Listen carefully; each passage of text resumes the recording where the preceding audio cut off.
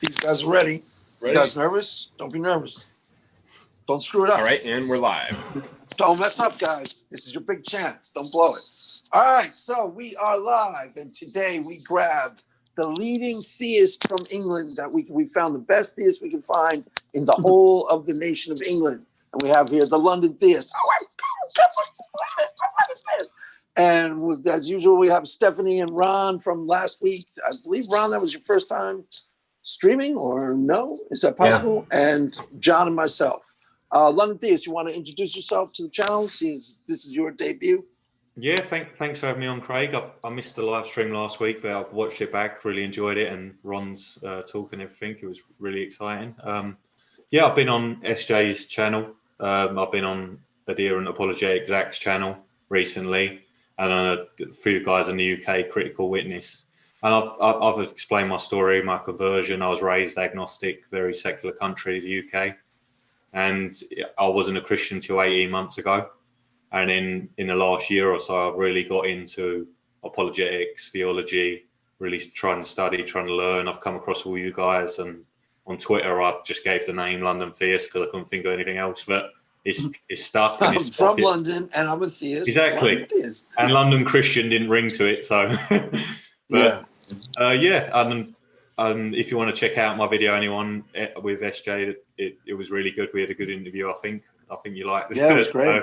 Some good feedback, and yeah, I'm happy. What'd you think, SJ? You got feedback on when you interviewed him? Yeah, it was. Everybody thought it was really good. My husband, actually, that was one of his favorite things he watched. So he thought that was really good. Yeah, he's like that kind of video, because he's seen me in debates, and he's seen me with atheists, and he's seen me in hostile combative deals sometimes, and he doesn't like. Yeah, that probably really bothers him, right? Like, I couldn't handle it if I saw my wife getting like how atheists act to you. I would be, oh my God, I'd be really pissed. Don't let him see your Twitter account there, SJ. all the stuff that you get in response there. I post something. I mean, I like posting stuff that does get people's attention. I have to say, that's what I do. I kind of like to rattle cages, because I feel like there's a lot of apathy. And so you want to shake it up and say something. Sometimes I say something that they think is dumb. So they'll write, oh, that's so dumb, and, oh, you're an, and it's like, I don't know. It's just, it is what it is. I said on the interview, didn't I, SJ? I know when you've retweeted one of my tweets, because I'll get like 100 notifications from atheists, just like, you idiot, yeah, exactly. How can you ask, whoa, what's happened here? And SJ's retweeted it. I said, it's just funny, because like it's a lot easier for me to handle insults towards me than it would be to see somebody insulting my wife. I'd freak out. I would. Yeah. Oh man, I'd be mad.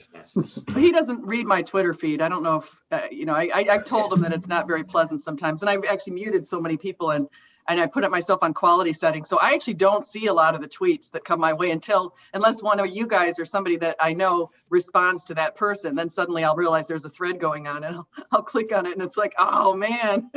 Hey, JK Ricky's in the chat, and so is Digital Hammurabi and Ron Potts. Ron's here and in the chat.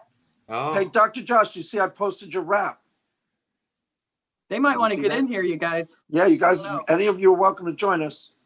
Yeah. Did you see that, Dr. Josh? He auditioned for the Wu-Tang Clan, and they turned him down because they said he was too black and too strong, and he would embarrass the rest of them. That's what they said. You saw the rap yourself. Oh, wow. Jonathan Sheffield wants to join too. You got a little dry apologist. You got the whole crowd here. Dang. We got the whole party. This must be a good time to do this. 6 o'clock on a Friday.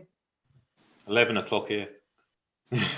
Yeah, it's not so good for you. It's not the best time for you. So who wants to run? You want to start us off? Tell us about your impression of that video, or London Theist, or Stephanie. All three of you know. I think you know the drill. Explain the video too. Yeah. Well, you had the response video to Braxton's 10 questions series. And, that one. Okay. The video in question was what I only became an atheist to sin question, and there's a lot of interesting responses to that. I have an opinion on that too. I definitely have an opinion on, because Braxton made a really good point that I hadn't even thought about. Braxton sometimes thinks kind of outside the box. And so what he said that I thought was really good was he was saying that he said when we see atheists, a person who's raised maybe a Christian, and when you're raised a Christian, you might be anti-prostitution and you're anti just a lot of things, like you'd be against certain things, maybe abortion, Right. and those kind of things. And then suddenly when somebody becomes an atheist, they a lot of times start leaning more to the left politically, and they change their stances on things like prostitution. Some of them do. I mean, not all of them. This is not generalizing, but some do suddenly change their stance on things that we do consider moral issues, and the stance moves to the less moral. And that's what Braxton's saying. And he's saying, so from the outside, it looks to us like maybe it's because, not that you want to sin, but that you agree with less moral things than you would have before. That's one of his key points. And that's the point, SJ. Like when I jumped in the other day on your live stream when you was with Nathan, me and Craig jumped in, and we were going to try and press Nathan on that because Nathan sort of missed that point. Like Nathan was talking about he's a moral realist, and Braxton's missed his point, but I think he didn't really answer, as Braxton shows in the video, that can you not see, Nathan, that now you're saying, oh, there's nothing wrong with prostitution, there's nothing wrong with sleeping with whoever you want, whenever you want. Can you not see how your Christian friends and people who used to be to church before would? Right, they would say it's sinful, and you're now saying it's not. But as with your Christian friends, even wussy Christians would have a tendency to be more like, well, that's sinful, I won't do that. With me personally, part of the reason in the back of my mind why I never probably even looked at Christianity when I was in my 20s is that I was busy drinking and doing drugs and, trying to sleep with whoever I could. In the back of my mind, I did know I'm probably going to have to stop doing this if I start, becoming a Christian. I'm not sure if I was conscious of it, but I think it was there. So, hey, we have a celebrity in our midst. Which one? Jonathan. Me or the other one? Jonathan Sheffield is in our midst. Jonathan. Hey, how's it going, everyone? He's debated Richard Carrier, and he's debated Bart Airman, and I think he debated Matt Dillahunty too. Yes, yeah, no, I've gone down the gambit of some of their elites. No, it definitely destroyed them, idiots. Do you want to introduce yourself? You did a great job. Tell us about your channel and tell us about what you do, since you're new to the channel. Jonathan.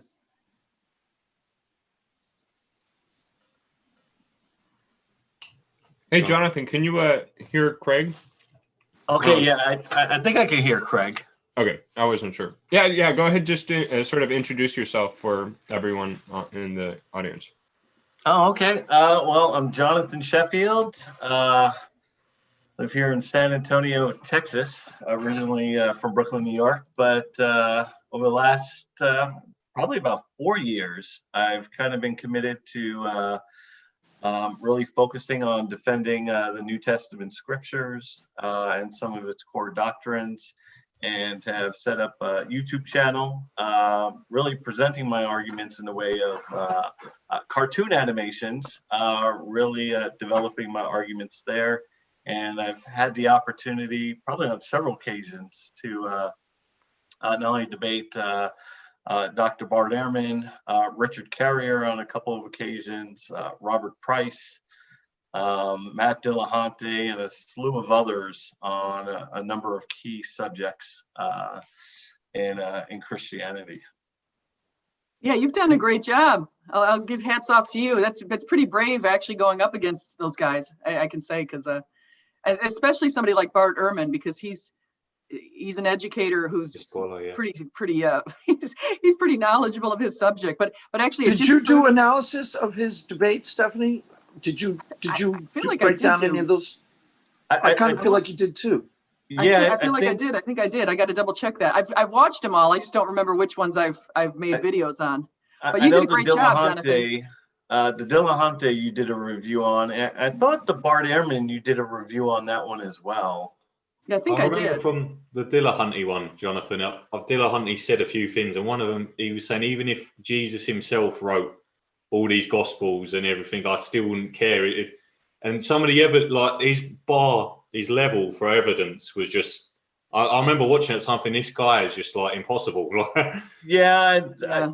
you know, and I thought I would take him using a much more historical argument, you know, because I break it down to, you know, well, here's the historical precedent for how we establish authorship, and using Lucretius on the nature of things. We only have one contemporary reference, but there's no doubt among atheists or really any historian that he's not the author. You know, the Aeneid, you know, even the on some of more ancient documents. So we understand how to trace and establish a chain of authorships for people. 'Cause we're dealing with humans who write a physical text. Now, tactically, Dillahunty understood that. So the question is, well, I don't care who wrote it, but you know, that's the subject of the debate. So he didn't want to come out and say, no, Lucretius didn't write On the Nature of Things, or Virgil didn't write the Aeneid.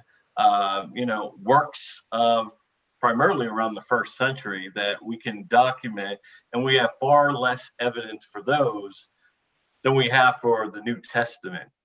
I mean, even Shakespeare, I think we can identify probably 80 different authors per se, not probable authors, but with the Gospels, there are none. We've only identified these 4. That's where the evidence takes you all back to. So made for a good conversation with Matt, but he's a good tactician. So, you know, that's how he's going to spin it. Yeah. Yeah, he one of the things that he does that I've noticed in his debates, Matt, I'm talking about Matt now, is he somehow frames it all so that you have to convince him. Like it becomes a debate about you convincing him and him saying, I'm not convinced. Well, but that's the lack of belief atheist. That's the whole strength of it, is that it's not a rational justification for the proposition God does not exist. It's a rational justification for that person's lack of belief. So they can just keep skepticing. That's why it's so useful as a debate, as a debating thing. Mm-hmm. Yeah, it's an interesting strategy, but I think that it makes it look like he doesn't have a lot of meat in his arguments. It's more just about kind of a back and forth. You present evidence, he says he's not convinced, and then you present more evidence, and then he says he's still not convinced. And then someone like Mike Lacona says, well, how about if God went up in the sky and wrote in the stars, I'm here, I'm God, or I'm Jesus, or something like that. And Matt said something like, I would think I was seeing things. What was the thing in like, oh God, wait, or was it, there's one of these movies where they're saying, how many fingers do I have up? He's like 5, 4, 3, Yeah, 2. Bruce Almighty. Yeah. Yes. It's like, I want to welcome a Daniel in the Lion's Den we've got going on here. Mr. Deconverted Man, the skeptic. Oh, no way. No way. Yes. D-Man. Are we the Daniels? Or is he He's the lion, and he's entering into the Colosseum. Yeah, he's the lion, and we're the Daniels. We better scatter, because he'll destroy all of us. I reject that. I am the lobster. He's the top lobster. I'm the against giant everyone else. lobster going to consume you all. No, I'm here. Hi guys and gal. It's good to see those I can see and not see the one I can't see. And D-Man, you want to talk about your last video you made about me with the Craig Reed impersonation?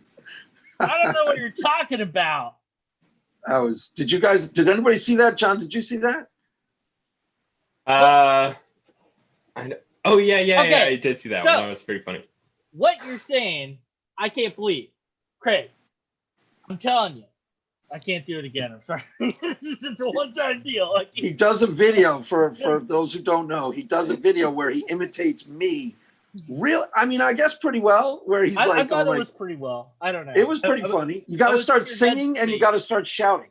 Yeah, that's singing the and main shouting. thing. Is you got the shouting. I had just listened to a video you did, and you were like in my headspace, and I was like, okay, I can do this, and I wore myself out because I was just shouting the whole thing. At the end, I'm like, I'm not doing this again. How does he do this? Yeah. Tell me about it. It's hard. It's hard work deconverting. It's hard work being you. It's hard work. It is. I'd rather It be. is. It's a challenge. Yeah. You Rather do be have an SJ. original. I mean, Craig Yeah. does have an original approach. I can say that because it's like a New York. In fact, if you just because like we have London theist, if we wanted to have New York theist or Brooklyn, the Brooklyn, Rage. what's it, brawler? And brawler. I mean, that would be kind of good. Honestly, I think Craig and I are from different sides of the world. I mean, I was born and raised in California, so you know he's raised somewhat in New York or thereabouts. Yeah, so Yeah, Oh, really? Westchester. East Right Coast, outside. West Coast so rivalry dude, going. yeah, man, I got like I wasn't around the Valley culture at all. We knew Yeah, I was- about it, but it wasn't the. I was born and raised in the Midwest, and I know we also have representation from Texas here, and I forget where John's from, but I can say like so I would be the corn-fed corn-fed theist. Yeah, I'm from Midwest, like Kansas, Missouri. Hey, Bucky Buck, where's my Yeah, I got a book? good crew. My book, man. Read a book. I want to read your book. I don't have a book yet. I'm telling you. You kept telling me I'm not gonna write a book. I'll do what I want. You can't call yourself writer if you're not writing a book. There's people who write things other than books, you know. No, I don't care. I want a John Book book. That's what it'd be called too. It'd be called a John Book. So Jonathan, are you going to be debating any other big names soon, or just even small names? You know, I'm probably going to try to reach out to Cosmic Skeptic. You know, in all my videos, I use that British accent for my cartoons because it always sounds so cool. I think on my last Airman debate, one of the guys was surprised that I didn't have a British accent. I was like, well, that's just theatrics in my video. Just sound like this in real life. So sorry. How do you do that anyway? How do you make it? How do you change the voice? Oh, I hire a voiceover. So there's a number of sites that allow you to record your Fiverr. script. Yeah. So Is it Fiverr, really? yeah, Well, it's that's yeah, for the voiceovers. I got really incredible work done from Fiverr, and I've been using the same person. He has he's from like Wales. He has that Southern British accent, and he's a little younger, probably in his mid-20s, and it just carries over well in the videos. So it just kind of works well. But hopefully, would like to set up something with Cosmic Skeptic. That'd be great.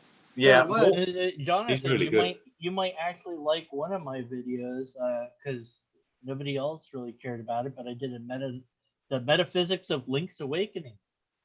oh, really? Yeah. So you might like That should you know, my wife bought me this shirt because and let me tell you something. that Link to the Past. Yeah, that's yeah, Link to See, I knew it just by the writing. the Past. And my wife for my birthday, and I'm a big 80s maniac, and I love my Nintendo from back in the day. And even though I never have time to really play, she bought me a Nintendo Switch, and she got me Breath of the Wild, and I've been trying to sneak that in whenever I can. But the Bart Airman debate, I prepared for that one for about 7 weeks before. So I'm having a little more. How did you find Bart Airman debating him?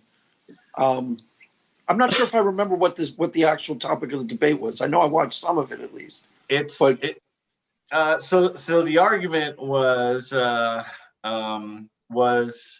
did most Christian churches have the wrong New Testament text? So the text that has been represented in the prime throughout the Greek, Latin, and Aramaic for the previous 1,500 years, have they used the wrong text? So You're talking about like early or later churches? well, they're saying that the text or the extant text that have survived is not the best representative of the original form of the text used in the first few centuries. So his hypothesis was that that the text we see today or come down was a byproduct of a standardization process, which is why I opened up with the text of Homer, because when we look at a standardization of a historical text, Homer really fits what they're saying happened with the New Testament, but they're unable to show that type of historical evidence occurring within the Greek Orthodox Church. And that's why I kind of opened up with Homer as the baseline or indicator of what we would see if that type of process went through. I know people kept asking me, why did you bring up the second law of thermodynamics? I was like, well, entropy, if you leave your kitchen dirty, it doesn't get cleaned up automatically. If you leave it there, it just gets worse. Same thing with the text. So if you're going to standardize or have any type of editorial activity, we would see that indicated by standardization, people, processes. So it made for a really good discussion with Airman on that issue. Yeah, Susan says in the chat, she said, is that what epic Sheffield versus Airman? She said epic. I want Craig to know, because I know Craig can't see the screen, but Jonathan Depew is here too. Oh, cool. Okay. I thought you were streaming, guys. Jonathan. Join us. Just finished up. Yeah, about 10 minutes ago. Yeah, Oh, you're just actually wanted to see here. what was You're going on. actually in the stream. Or is this I am, Laura? I am in the stream now. This is Okay. me. Yeah, I know Didn't my, you just my voice have, sounds like Laura's. I'm just kidding. Say that again. You guys are becoming one flesh. I have trouble distinguishing you. That's right. So how'd your stream go? Was it rocking? It was good. A little sparse in terms of people tuning in, which is fine. But it was good. So I interviewed Aaron Griffith, who's a historian. He's a Duke grad who wrote a book on basically the history of incarceration in the United States and sort of its relationship to evangelicalism. Oh, that's actually pretty cool, because the- you do the some interplay prison between ministry. Don't you do? I do, you yeah. Ron, aren't you doing prison ministry too a little bit? Or did I get that wrong? Maybe I was, but this whole COVID thing's got that all on Oh, hold. okay. So it's on hold. Yeah, it's definitely not happening presently. Yeah. You might want to point out, I want to point out too who's in the chat, because Craig will be excited about that. You got Gavin Hurleman, Susan, Slam RN, JK Ricky, Darth Calculus, Critical Witness, Rachel Enns, Finding Truth, that's Santi, Ron Potts, who's also here, and that's all I see right now in front of me. But we got a lot of people in here. That's everybody who's anybody. All the rest of the people, like who's not watching, is like L7. So you streamed with JB yesterday, John. Did you destroy him? Please say yes. No, it was Wait, very. who'd you stream with? Say it again. JB, our JB. friend. Oh, our yeah, friend I JB. watched that. That's right. What am I saying? I saw like the It was last 15 good. minutes, or I think It was good. 15 He's minutes. a very kind guy. I made a good discussion. It was fairly brief, but he was not combative in any way. So. Yeah, no, he's been on this stream. He's a last very week. nice guy. Yeah. Yeah, he's our friend. He's a friend of the channel. I'm only playing with him. He's a good dude. If he comes here, I destroy him. But I was in Solvang yesterday. I was in a Christmas village with my wife. That's why I didn't watch. Yeah, it was a blast. Oh my God, it was perfect. It is kind of funny that we have a Dan who's in the thing here. He's the only one who's not a Christian, and so it's Dan in the lion's den. Daniel in the lion's den. Yeah. I don't know. I still say it's us. He's the lion, and we're the den, and we're the victims. It's all good. It's deconverted, man. Look, look, I'm trying to mellow. It's been a rough road, but I'm really working. No promise anything. Hey, Lord Bryant and Spartan Theology are in the chat now too. Cool, full house. It's like Full everybody house. from Twitter. I think people actually saw your tweets there, Craig. It kind of went viral, maybe. Yeah, I saw Craig's, or I saw the tweet, and I was like, oh, this would be great. Nice live discussion. And I think, Craig, we were on that March Madness competition the other day. Oh, who's the best apologist? Were you two Those against things- each other? Yeah, I think we were. Who won? Oh, you're right. We were. Who won? I don't want to talk about it. I don't remember. I don't want to talk about it, Stephanie. Don't ask. I don't remember. not Craig- accepting Craig- defeat. Craig is. I always not- lose those things. One Craig day, isn't one an day. apologist. He's not an apologist. He's just a cool. He's just a dude that does stuff. I wouldn't You don't call really him an debate too apologist. much, Craig. I mean, I would, but there's like, But yeah, you keep I mean, dodging me. That's the thing. well, we can debate, Deconverted Man. We can go on. you can come on my channel. I'll host it. Oh, that'd be fun. I haven't done it. I yeah, I have to make sure that my debate doesn't screw up again. Look at the Whoopsie. I got kind of tired Yeah. of debating. I decided I don't think I half Yeah, the I'd time rather have I'm- a conversation. You know. yeah, I don't think you really win anybody in debates because it's people take sides and then they just stick with their side the whole time. So I don't, if everyone adhered to logic, you could win. But you know, if you had rules before you did it, like you'd have to have like 3 judges that were gonna analyze it for logical fallacies or something, you know, and then it would get super technical, and only I would enjoy something. A few people would, but not very many. But yeah, I think you're totally right about that, SJ. That people usually are on the live chat for those sorts of debates to support the person they already agree with. It's yeah. not really. I was it's gonna not ask really about to be open to persuasion, right? the Yeah. prison ministry, because I knew I had a pastor, I believe, that did something like, no, I don't know if he did he did military stuff, so I'm not sure. But yeah, I've known I think my mom did that once or something like that. But yeah, that I wonder because there's stats for prison stats that the majority is X, number of however many people, and there's a lot of Christians in there, and I'm like, well, but what about people that are converting? Has there been any? I don't know if there's been any studies that show like how many prisoners convert or deconvert from one thing to another. Is there anything like that you know of? Or? That's a great question. I don't know of those studies. I'm sure there are I don't plenty of them. Yeah, I don't know. I mean, but, you just yeah. work there. What are you supposed to Yeah, but that's Yeah, a great question. I'd be curious about that too. Yeah. Have you ever seen or known of, if you keep like tabs on the people after they leave jail or whatever, like does it help them in court at all that they've converted or anything like that, or is that another one of those kind of like, who knows, I don't know, that sort of stuff question? see, the other thing is in prison, I always worry. I don't know if I trust some of the data, to be honest, because I would think that people trying to get parole or trying to get off a little bit early Sure. might say that they converted to make themselves sound like they've reformed or something. And so, Yeah, if they think it's gonna, you know what I'm saying? Like they might just say, oh, I'm a Christian now, I'm following the Bible. I mean, just trying to sell their case. Yeah, I mean, if they thought it was The gonna work, or factor, they yeah. heard it was gonna work, they might do that. That's what I'm wondering. It's like if it does actually help or not. That's what I'm wondering. Like, I've actually seen some data on the program that I was involved in. Yeah. It's called Kairos International Yeah. Prison Ministries. Kairos, yeah. Now I don't remember the exact numbers offhand. I could give you a guess, but it sounds really high to me. I can't remember if it is. But the recidivism rate of the people who go through the Kairos program is actually really good. Or the lower, not going back in Yeah, after Right. going through Kairos. that's great. well, It's a significant increase from the control group or non-converted or people who didn't go. Yeah, definitely with prison, I know there's many reforms that need to be made. So.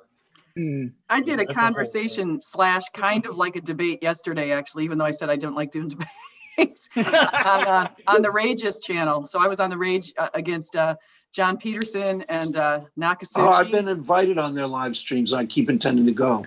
And I How'd was it with go? Synagogue. I was with CJ. And so you guys know CJ? Yes. And we were debating objective morality. I think it went okay. I was okay with that. But his chat is kind of like modern day debates chat. I mean, they're just brutal. It's like I wasn't even really? watching the chat. I decided I wasn't going to watch the chat, and then I did a review of 2 portions of the debate last night. And he's got the chat, so it's running inside the stream, so I couldn't avoid the chat like I wanted to. And I'm looking at it like, dang, these people are awful. It's really. Hey, just to let you guys know, just because I'm here in Texas, even though I'm originally from Brooklyn, New York, 19 years. So the other, Really? yeah, born and raised Brooklyn, New York. Well, the Supreme Court just rejects the Texas-led effort to toss out the election in the 4 key states. So that just broke right now. Wow, I heard that about Pennsylvania. Yeah. Yeah. It doesn't matter. YouTube has told us we can only say good things about it. So I don't know. I mean, I kind of feel like why don't it'd be easier if Trump would just concede and just move on, to be honest. Yeah. I mean, I'm kidding. There's a point in time you just gotta lose with some grace and go out. Well, this is a guy that's bankrupted how many times? He doesn't just lose. Wait, who is that? Yeah, that's Brass. Hello, everyone. This is Mr. Brass. How you guys? Oh, wow. Oh, wow. Party's just getting started. I knew the voice. I've met Brass in real life. Yeah. Oh, really? Have you really? Yeah, we met at a house of pancakes, and we had lunch before the COVID hit. Yeah, we went to the International House of Prayer. Yeah, it was actually very fun, because what's funny is me and SJ, we're not actually that far apart. We're in Tampa. Yeah, where she works at is only like a short drive away from where I live. And the IHOP that we went to is like sort of not that far of a drive. I can walk there. That's how close it is. So, yeah, it was pretty fun. We took pictures and everything of that. Yeah, we did. I posted them on Twitter. I thought that was fun. That was funny. It's when you live near somebody and you're talking to them all the time on Twitter or something like that, you might as well meet them. I mean, so long as you're not like a serial killer. Well, but isn't the odds of Brass being a serial killer kind of high of all the people we know on Twitter and YouTube? That's like one of the ones who I go. Poor Brass. Yeah. No, Brass is a nice guy. I think John Buck's the most likely of us to go completely insane. And, John Buck? Just he'd be like an epic rampage. Like it'd be like a movie would be made out of it. Like if he snapped, I don't think he will, but if he did, he would be the most crazy one. Like I would be pretty crazy if I truly snap, which I've come close. But I think Buck, he'd just be like, I don't know. He has like hidden guns in behind him somewhere, and like flamethrowers, and who knows what. He's got like tank under there or something. I don't know. I just become a real life Joker. I just get my just be like, chaos. You already got a plan. See, I knew it. Dude, that's a crazy laugh you got there, deconverted man. Sounds like Dr. Evil. Was there? Well, I forget. We wanted to start the stream to discuss something, but I don't know if we went into it as much as we wanted to. I want to say Jansen Gunn is also in the chat right now. So now it's like everybody from our Twitter group. Everyone's here. Wow. Yeah, I deleted Twitter, so I don't know Twitter anymore. I'm like, yeah. That was a smart move. I don't know. Is there anything Pacific, Craig? Or Craig died. Did Craig leave? Where'd Craig go? He's dead. He did. Oh, he isn't here. Our host is gone. I'm in charge now. Uh-oh. Someone take Power over struggle. his channel. Someone take over. What? Jello and take over, John. Change the password. I will. Pull a non sequitur show, John. Yeah, right. Whoa. I really could. Talk about that at all. I'm gonna change the direction of this entirely. Send all the money to John Buck. I love the millions he's making on this channel. Is that still? I don't want to talk about it. I don't care if it's still going on. I just hired Deconverted Man to sort of do all the replacement videos. Oh yeah, there you go, man. That'd be a way to kill your show. Way to kill the show. Thanks. Hey, SJ, when are we gonna do your intro cartoon for your channel? I'd love that. You know what I need? I need one. Whenever you want to do that, but I'd love to because Mike Winger was talking about that on my Twitter. I've got this little thing that I'm running right now where I show pictures, including you. You're actually in the pictures. Yes, no, I saw that. So thank you. I appreciate that. Yeah. But we could do a fun cartoon, and I like the music, but we could definitely amp it up a little bit That'd be to make it fun. You know what I need to have on my channel though is, I mean, I'd like to do that. I'd like to do that too, because I could switch it off. I could sometimes do one and sometimes do another one, but and keep that same music. But the other thing I was thinking of doing is, what's it called? An intro video on the channel, like a channel video that introduces people to. I definitely need that because I got this cheesy iMovie one that's like, I would love it if you helped me with that. Yeah, no, just send me over your ideas, and we'll just talk about a time spot, what you're trying to do. We can make something really fun. I mean, I love the ministry work that you do, and would love just to put together something really cool for your channel. Oh, that'd be awesome. Hey, Craig's alive again. Yeah, I got bounced out of my own YouTube channel. Yeah, we've been plotting, Craig. We plotted how to take over. John's gonna change the password and steal all the money. How you feel about that, Craig? Uh-oh, is he gone again? He died again. You killed him.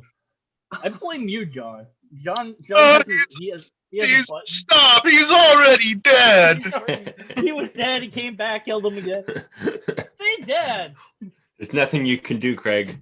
I have all the power here. Kicks him out Craig needs a computer for Christmas. Yeah. Internet connection. This is an iPhone is supposed to be a really good, high functioning. This thing costs $800. Oh, I know. That's way more expensive than a lot of computers. Kill him again, John. Push the button. Yeah, Jansen said John's going to steal all of your titles, or your tides, your money. The computer made in China. I don't know. Now, it's just my brain just wants to talk about how the Legend of Zelda intersects with religion, because you've got the Triforce, and then like you have the Trinity, and it's like, oh, like, did they do this deliberately? And then like with Ocarina of Time, they changed the music going to the dungeons because it sounded too Muslim, and like there was a moon in it, and they were like, oh, people will think this means something. Ooh, we better change it.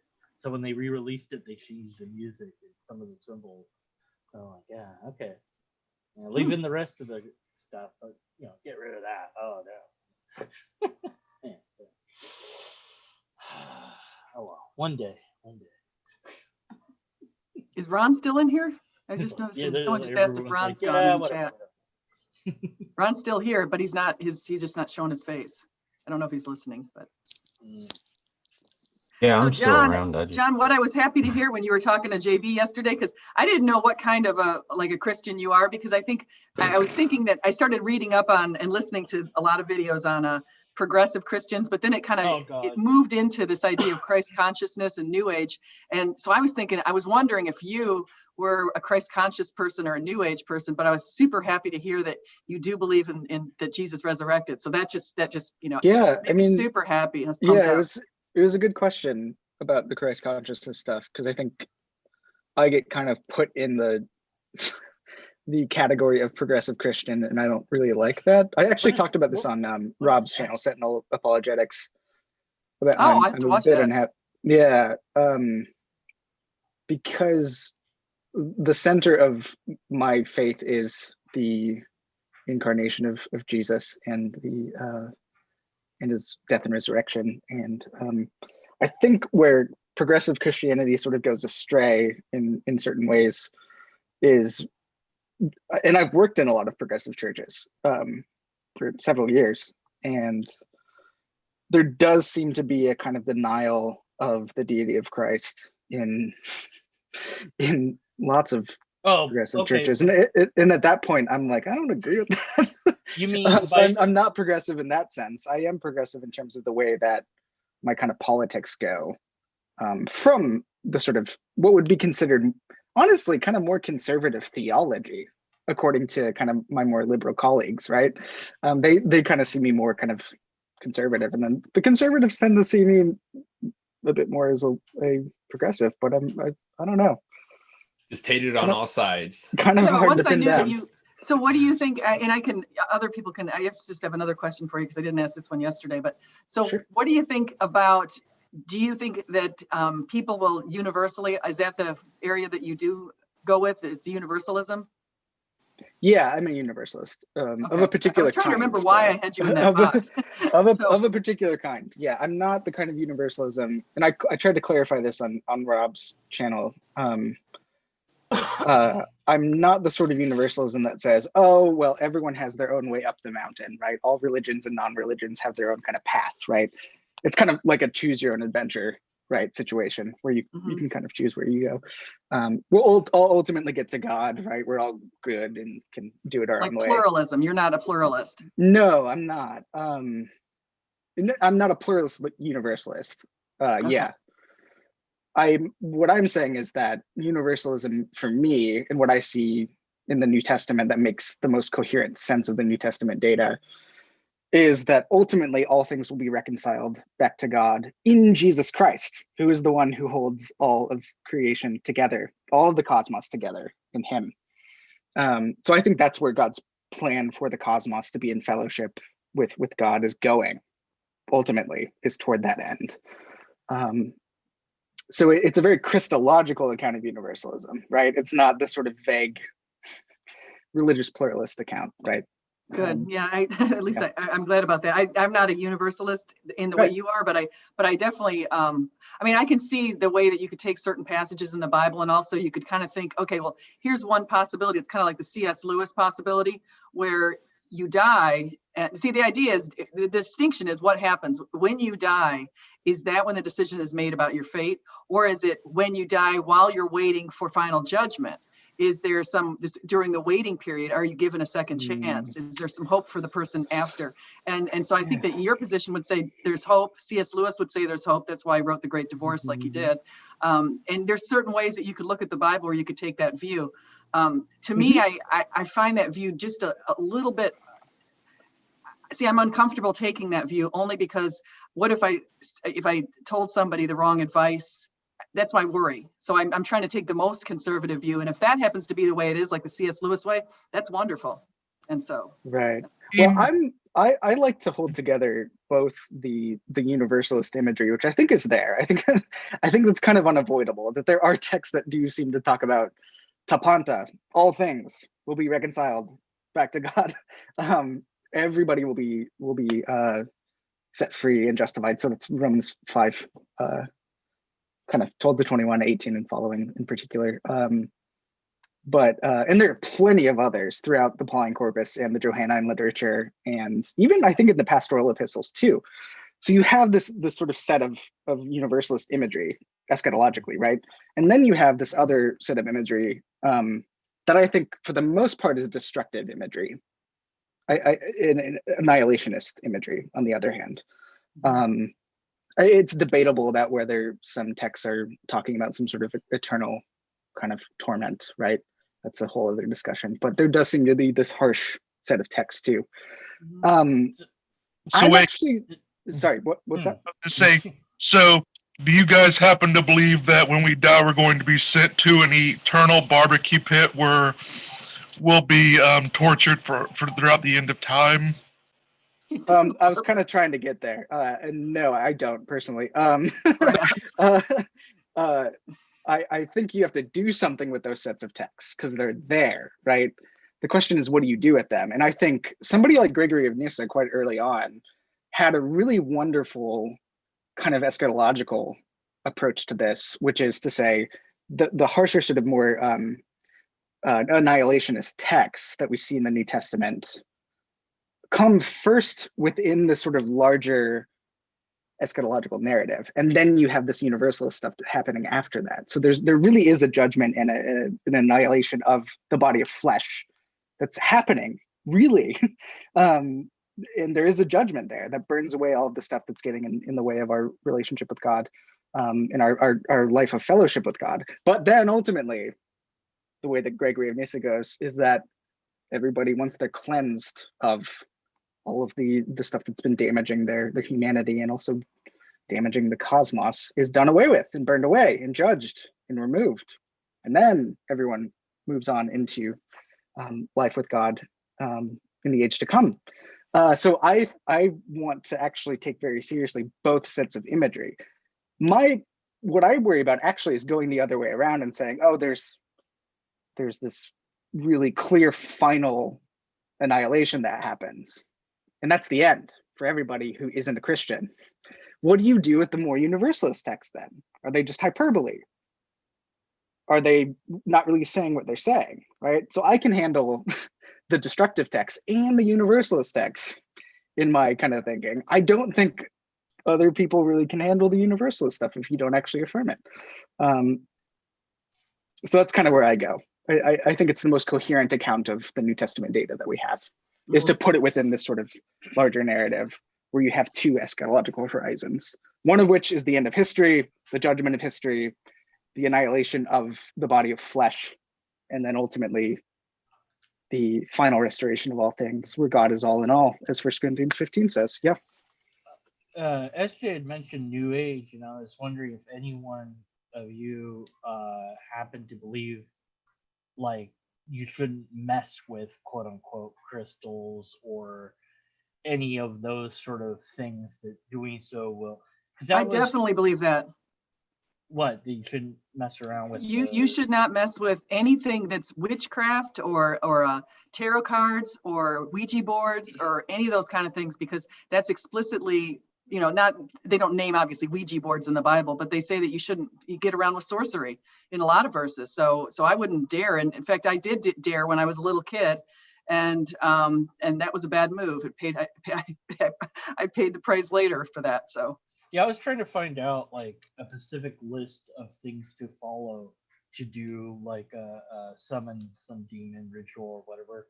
Because I'm like, when nothing happens, like I want to prove to the person, that did it. I'm like, look, I want a really specific list, because if you give me a vague list and I follow it, you could just say, well, you didn't follow it the way I wanted. So it needs to be, super strict. And there has to be a fail condition. And they were like, well, if it doesn't work the first time, keep trying. Like, how many tries should it be before you declare that it's not going to do anything? And it's not. Either it's the occult, or it's not testable. It's the occult, and it's extremely dangerous. I'm just telling you that. In what way? Plus, you would be asking the wrong people. Like, you're trying to figure out how to summon demons and things like that, and you're asking Christians. Well, you got to talk to actual Wiccans, man, if you want to actually do this. Well, but they don't believe that it's demons they're messing with. Oh, sure they do. Some of them do. They do. Wiccans. I mean, hey, who can't believe in demons? I watch the Republican primaries all the time. That seems to confirm that demons exist. Perhaps. No, Dan, there's a guy who comes on my channel a lot called Hellbound Heathen, and he does that kind of stuff. And yeah, there's an atheist witchcraft person. She does she teaches how to do like witchcraft. She says it's completely fake stuff, of course, and I agree, but that the placebo effect really kicks in, even though it's fake. And I thought, oh, this is interesting. So I watch her from time to time. Maybe I'll do one of those and be like, yeah, but not all Wiccans are like atheist versions of Wiccans. Like, there's actual Wiccans that believe that there are but she knows spiritual dimensions to reality that you can affect and interact with. She knows it's all bunk, and that no matter what you do, it's not going to actually do anything other than a placebo effect or a no. You should talk to, I have somebody on Twitter. I don't remember what her name is, though. I have to think about this, but it's a former Wiccan, and she had some really scary stories. I don't think, that's not something you want to play games with. I'm serious. You don't want to do that. I know nothing will happen, so I'm not worried. Well, no, that's something will happen. Something will happen is so vague. Like what will happen? Like, that's the, I want it, either it's testable or it's not. And that's all I want, is something testable. The Christians have failed me there, so maybe yes. Anyways, I was just really interested if any of you guys thought that it was dangerous stuff, and that was really the only main question I had. Sorry to change it off. I don't know if it's dangerous or not. From my point of view, I think that something we get from Paul in 1 Corinthians 8 when he's talking about idols, they're not a thing for Paul. Any other sorts of deities or spiritual beings that purport to be some sort of replacement of God, or sort of in the same sort of status of spiritual being, aren't real. Well, didn't yeah. Jesus as a prophet cast out demons? Aren't we fine. supposed? Yeah. Yeah, absolutely. Okay. That's fine. Yeah. Hey, I just want to say are those- something really quickly, because Craig will like to know this in the audience. So there's Stephanie Tretton. I haven't said hi to her yet in the audience. Jim Lee Time and Shannon Q. So you guys can just know who's in the audience for Craig. Craig unfortunately dropped off. Shannon, come on. Hi, Shannon. Yeah. Yes, of course we have depictions of Jesus casting out demons. Yeah, what I'm saying is that there's no worry in terms, at least where I'm coming from, in terms of the confidence I have in Jesus's lordship over all things, and even purported deities and idols, is that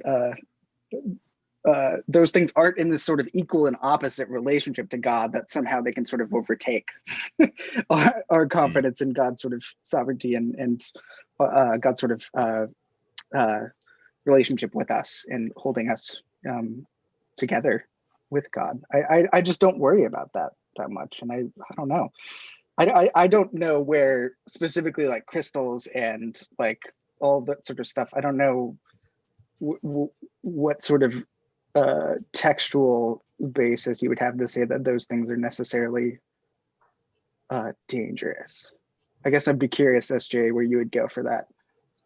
I put all of that in the box with the occult and with the idea of sorcery, and the Bible explicitly says in a number of places that we're not supposed to fool around with it. So, but I do believe that there's a spiritual warfare going on, and I definitely believe in the existence of both angels and demons. And so I do too. Yeah. And I believe that there's a hierarchy, just like Ephesians 6 says, there's a hierarchy of the dark lobster hierarchy? spiritual beings. So. ASJ, is it a lobster hierarchy? Yeah. Lobster. Hey. Yeah. The Jordan Peterson lobster. Was that hierarchy. Jordan Peterson reference? Yeah, nice. Lobsters all yeah, the way down. You do have references to sort of quote unquote sorcery, especially in the Old Testament. I'm just not sure. What does it mean by sorcery? Because that's not talking about. That's the question. Is what right? That's like, the question. Is what sorcery is getting at I've in the Old Testament data the same thing as what we talk about when we talk about sorcery today? That's the other thing I want maybe ask. Right. Is I've seen people. Just lately, there was like two channels that I ran across because I was looking for something to debunk and talk about, and I couldn't do anything with it because they're just talking about how here's this magician that did this illusion, which is obviously just it's a magic trick. There's no such thing. It's just sleight of hand, whatever. And everybody was like, "Oh, look, this proves demons. He's got the power of demons." And everybody that responded, there was like a lot of comments too, but everybody was on board with that. This person totally was using magic, like magic as in magic, or magic as in magic, because that's me. I'm like, you don't really believe, and they all believe that it was that they were really doing what they were doing, and it was all and I'm like, does anyone that I know actually believe that? So I wouldn't be surprised, but I just go, oh, come on, really? Like, well, there are certain things in the Bible that you're just told not to do. Like, for example, you're not supposed to summon the dead. That's something that they don't want you to do, and so. So they're just different practices, and it's just, if you look at what Hugh Ross says about a lot of this stuff, it's super interesting. He kind of integrates it with the alien abductions and the ones that are actually, they've exhausted all of the naturalistic possibilities, and they've got just a very small percentage of these alien abductions left where people actually were physically harmed by these beings.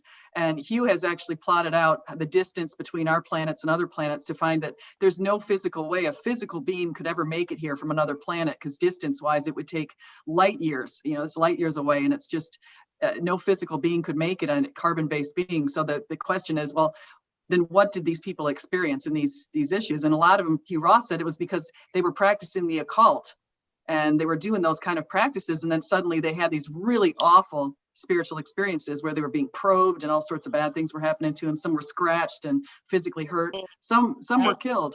How would you ever eliminate all naturalistic possibilities? There are people who study this stuff. I mean, it's not my specialty at all, but there are people who study it, and that's what they say. John, if I also may if you also notice, there's another common similarity with a lot of these cases is that all the people that report them are rednecks. Oh, I don't think that's true. They had cases in Russia where they weren't all rednecks. It was a big Well, thing for a while. Well, here's what's funny. I mean, if you were a demon or an alien, that would be the people that you would target if you were going to probe anybody, because no one would believe them.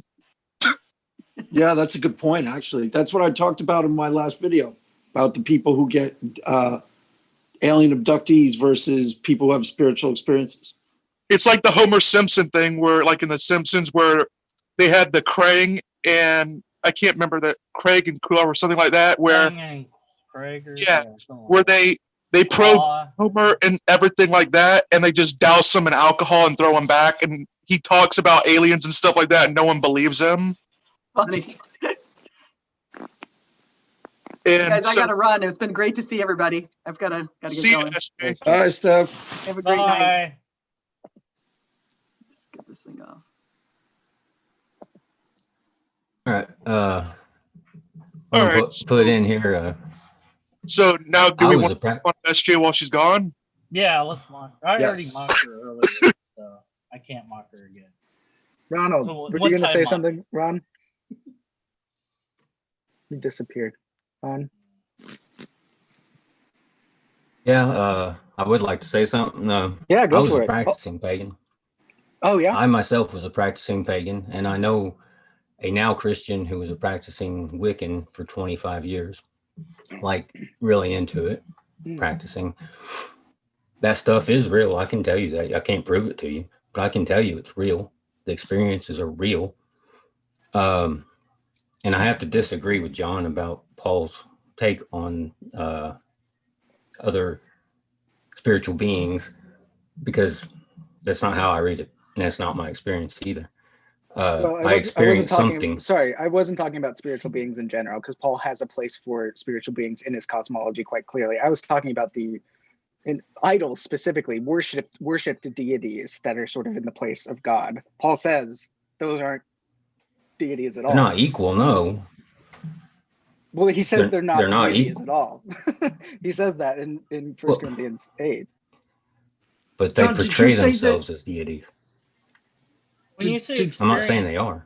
When you say experienced, are you talking about like something that you felt, like an emotion, or something you saw, heard, smelled? You know, something that was visual or auditory. Like, what do you mean by experience in this context? Like spiritual experience, or experience of a physical presence, experience of that nature. I mean, a physical presence that's unseen, things happening.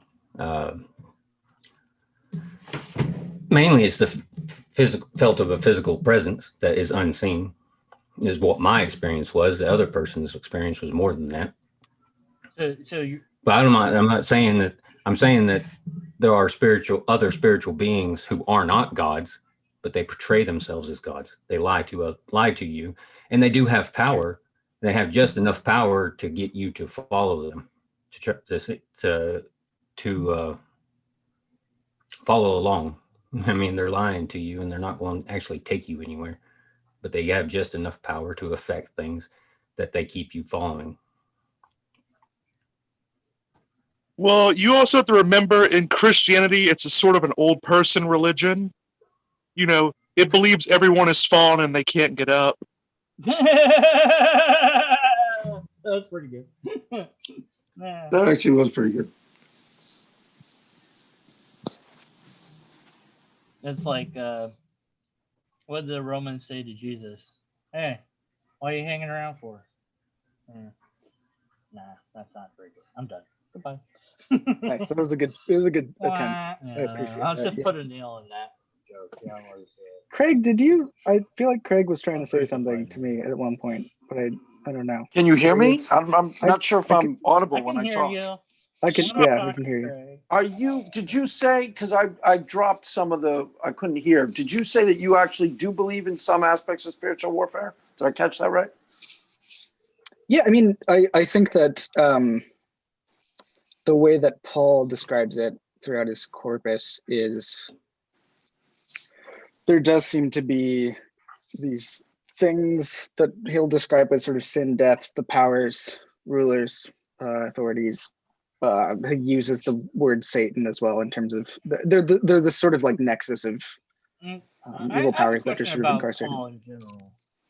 Paul had this experience or whatever, right? And that converted him. But he doesn't seem to be claiming that he gained special knowledge from that. Like, so when he's talking about spiritual realms and what all this stuff, is he just preaching, or like has he gotten this from God or something? Because he doesn't say that he got it from God. So sure he does. A guy that he says in Galatians 1.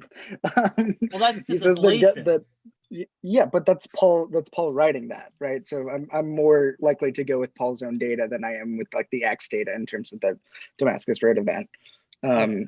Right. Like to the Romans, when Paul's saying to the Romans, is he saying that he's talking on behalf of God or from God or whatever? Or is he just a guy that's saying, here's what I think? I think it's a both, and I think Paul thinks of himself as in the light of his encounter with God, which he talks about in Galatians 1, as God apocalypsing his son to him or revealing his son to him, is what sort of sent him off in this sort of apostolic mission to the pagans or to the Gentiles.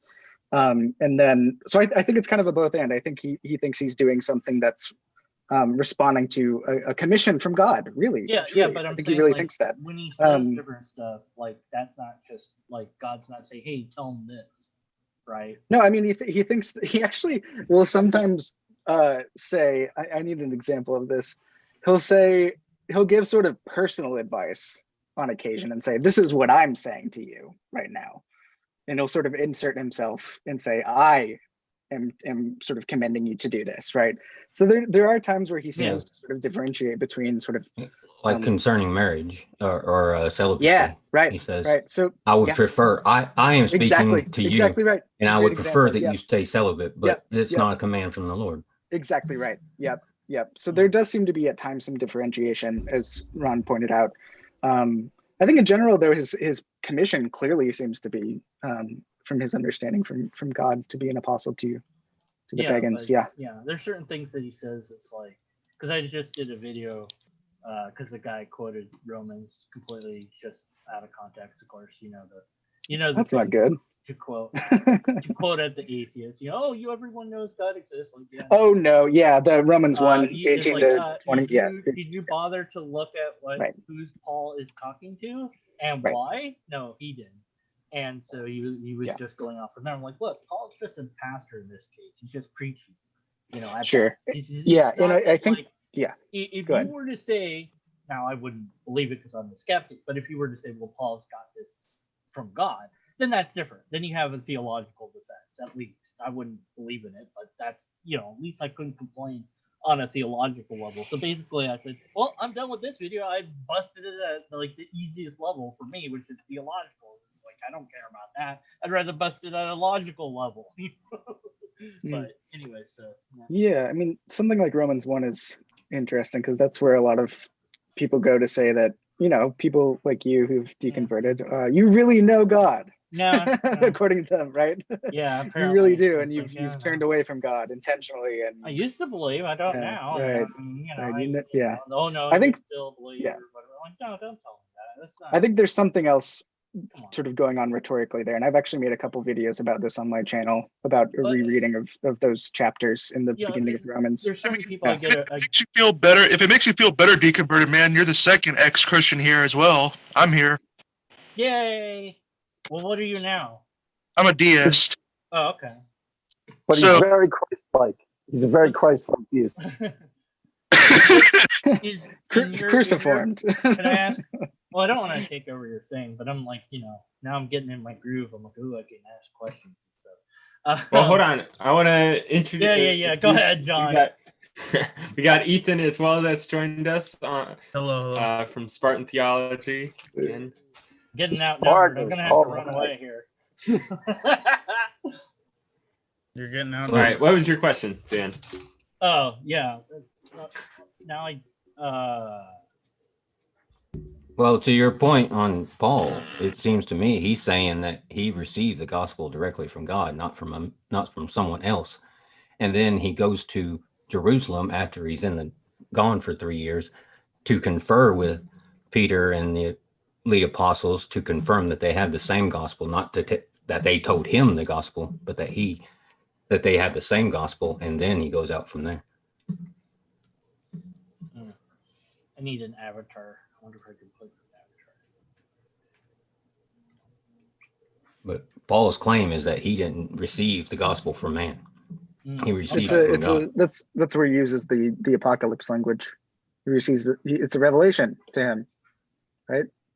The gospel. Yeah. Mhm. Well, that's what apocalypse means. Yeah. Oh, the deist, right? What do you mean by deism? 'Cause different people mean different things. Oh, well, there are many sects of thoughts within deism that exactly. I've recently talked to more of a pandeist recently, where they combine pantheism and deism. I generally find that unconvincing myself, but I fall more under classical deism myself, where I sort of believe that God is a God of reason, and I don't believe personally in a personal deity myself. At least not personal in the sense that Christians would accept. Sort of like the Enlightenment figures of Voltaire, Yeah. John Locke. Yeah, Thomas Paine, stuff like that. So is it something that like wound up the universe and let it go, or something like that? Yeah, like that's pretty much where I go. I mean, I always find it funny when people say that, oh, well, your beliefs just date all the way back to the 1700s and stuff like that. I'm saying 17 or 1800s. I'm like, well, no. I mean, the Enlightenment thinkers, like, I always found it funny because a lot of people forget. It's like, I mean, for one, with the Enlightenment, I hate calling it the Enlightenment, for one, because there is no the Enlightenment, at least in history. There are enlightenments. Like, it depends on where and which figures you're talking about and their movements, because if you generally just look them up, and you'll find they had many disagreements, and some were complete, and some movements of enlightenments were very contradictory to each other.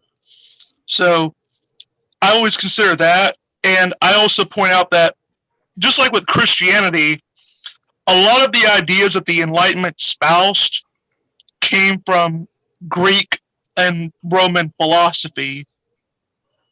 A thing that the deists greatly borrowed from was Epicurean philosophy. I want to ask this question, if I might, and that's for everyone, I think, but would be if it's something I've asked John Buck many times. What would be benefit of believing in a God, and what would be the benefit of not believing in a God? Well, before we answer that, what's the matter with his deism, Deconverted Man? You could become his religion today, couldn't you? I would need the same thing I need for everything else, which is empirical evidence, repeatable tests, and logically sound and coherent. So he'll hook you up tonight. Sure. You only have to tithe like. Yes, it worked. Who's that? It's me. Is that a Pokemon? No, this is a Pokemon. Oh, John's got to get Bulbasaur. I'm gonna. You want me to go get Bulbasaur? I will, but I mean, I have one too. Yeah. Just thought I'd have a face to me. Do you have a lobster stuffed animal? Yeah, you want the lobster? Okay. Yes, lobster. We need the lobster. It's our mascot. It's our official mascot for the stream. Well, it's not the stuffed one. I mean, the stuffed one's in our room. This is the plastic one. If that will do.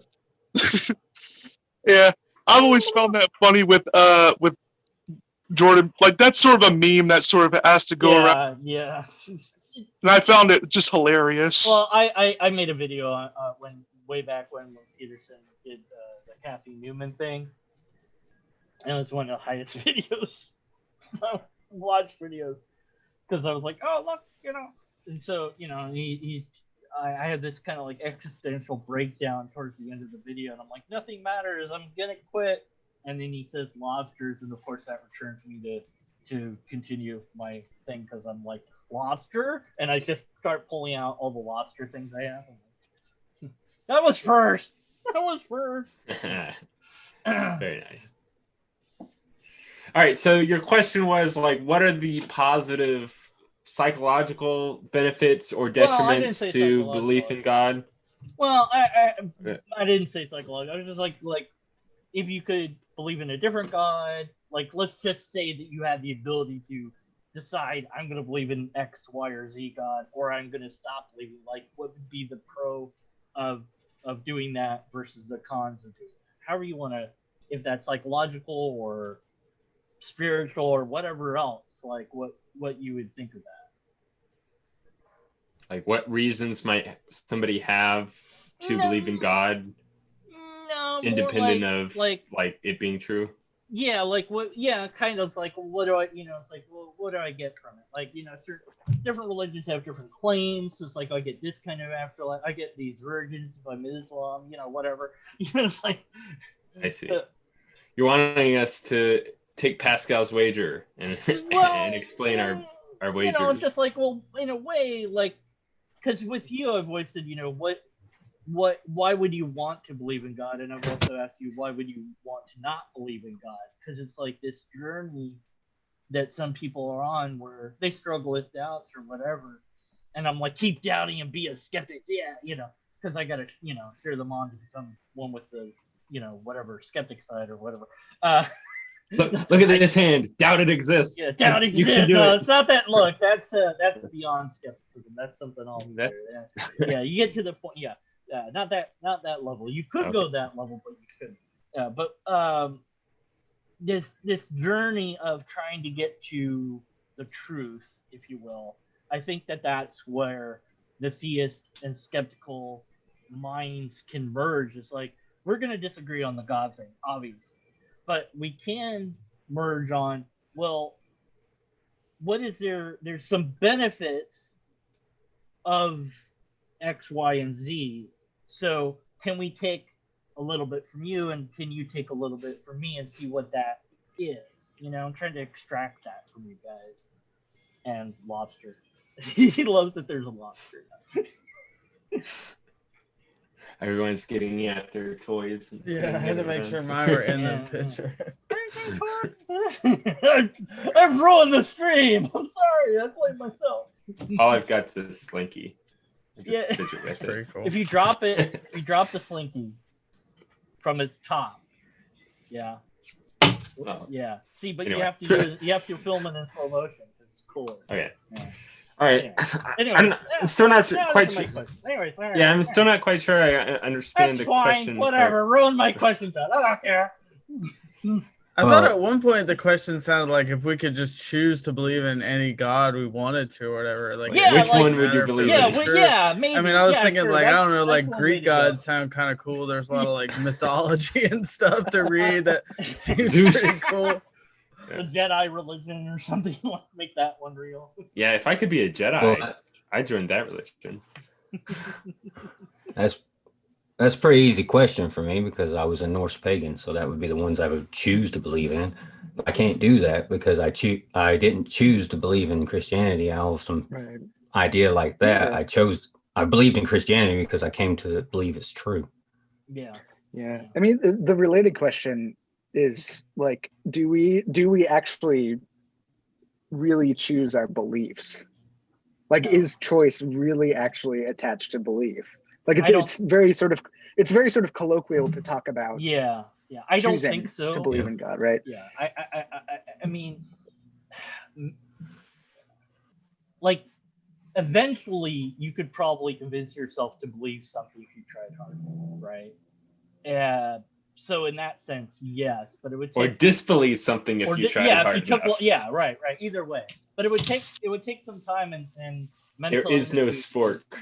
And there was. I mean, go one ahead. of my guys said he was going to spend the next year trying to convince himself that I'm a lobster. I haven't heard, so it hasn't been a year yet, but I'll let you know if he is able to do that. That'll be interesting.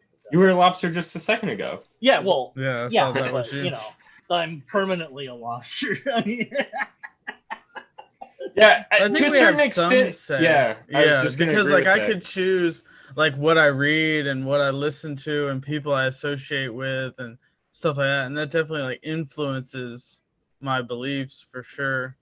And I was just To a thinking, point, but That would be like, at least in the philosophy, what we're getting at would be called indirect doxastic voluntarism. Direct I'm trying voluntary. to sound like the smart guy, but What was that? Direct- Spell that. He just Googled that. Direct voluntary, like doxastic voluntarism, is basically the belief that you could just change your beliefs at will. Indirect Yeah. doxastic voluntarism says, well, you can't just willy-nilly just change your beliefs whenever you want to. You can take steps that can influence your beliefs. Like, I made this example of a racist, for example.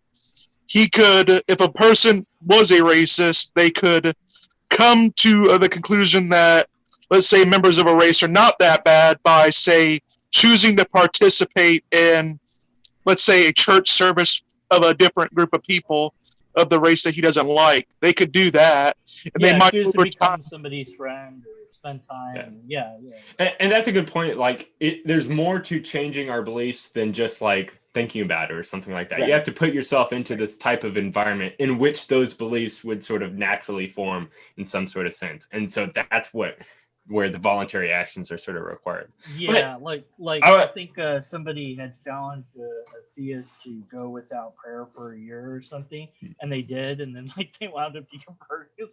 Yeah, or was going to church, or maybe it was both. I don't know, but they wound up, not believing after that. It's like, I get the feeling now with C19 and all this, less people going to a physical church.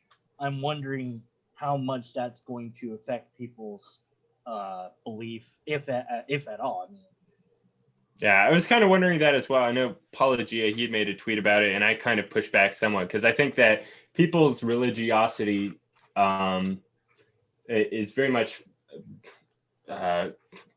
correlated with their the reality of death in regards to like how existentially risky your situation is. And I think like maybe there could be some like lowering of religiosity in people just because they're not continuing the habit or of the practice and rituals. But on the other hand, there's also this sort of immediate recognition of death all around you with COVID-19, of everyone having to wear masks. Maybe that's a better question that's like that's in my book, which all of you could answer is, okay, you have to pick one. So this thought experiment: either there is a God but there's no afterlife, or there's an afterlife but no God. What do you choose and why? I'd say the first one. Like for me, I think the afterlife is not as necessary, really. Like I don't know, especially since it seems like in the Old Testament, the afterlife was not much of a concern to the early patriarchs. They were more concerned with like setting up their future generations. I mean, a lot of times in the Old Testament, the afterlife was sort of a destination that you reached on Earth, where I believe there was some expectation that what would happen would be that God would come in and he would make the earth heaven or whatever, and would raise the dead.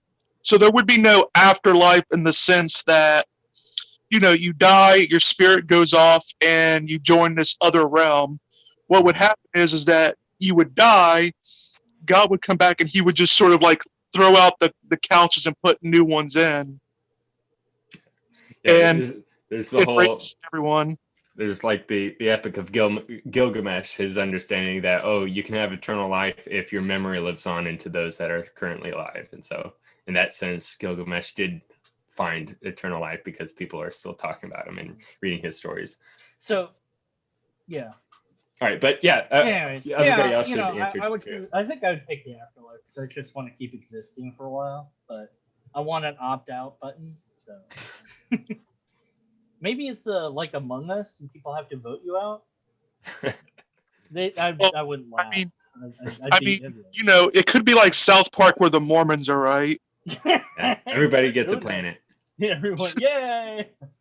No, I did, but yeah, that I said to them is whenever they had bothered me years ago, I was like, I came up with the ultimate thing. I was like, well, okay, so eventually I'll become a god, which they don't want to talk about because they're not told. They're told, no, that's not a recruitment technique. I'm like, dude, that would be the best recruitment technique. Just tell people they're gonna become a god of their own planet, right? Like, why not lead with that? I mean, well, let's think about it this way. I mean, if you become a Mormon, you get multiple wives, magic underwear, and a planet once you die. That's a pretty sweet deal. Yeah, I was like, but look, if I get to be God, then that means I have all this power, right? Yeah, okay, I'll go back in time and say to myself right now that it was worth my time and energy to become a Mormon. And if that doesn't happen, then that means isn't that the whole grandfather paradox? Yeah, I failed to be a good Mormon. So bothered, no, I bothered. So it didn't happen. Bye. You know. So, look, it doesn't matter if you're God. You can make paradox. I don't know. Well, scientists have discovered that it's impossible for Chuck Norris to have been fathered by a normal man. It's more likely that he went back in time, had sex with his mom, and fathered himself. Oh man. Sure, why not? Did Freud come up with a theory? I'm not quite sure this is what I expected to be talking about. Yeah, I was trying to, get some serious. All right, but whatever. I wanted to hear the other answers. I have to actually head out, but I'll answer the question, then leave. No. I'm rejecting your thought experiment. Okay, that's fine. I'm rejecting your thought experiment. Great hang, guys. Seriously, this was fun. Thanks, John, for coming on. For sure. I'll see you later. Looking forward to have the people one end, John. Bye. Yeah. They both have one end. Gone now. No H. Yeah. Well, look. In my head, it made sense. I'm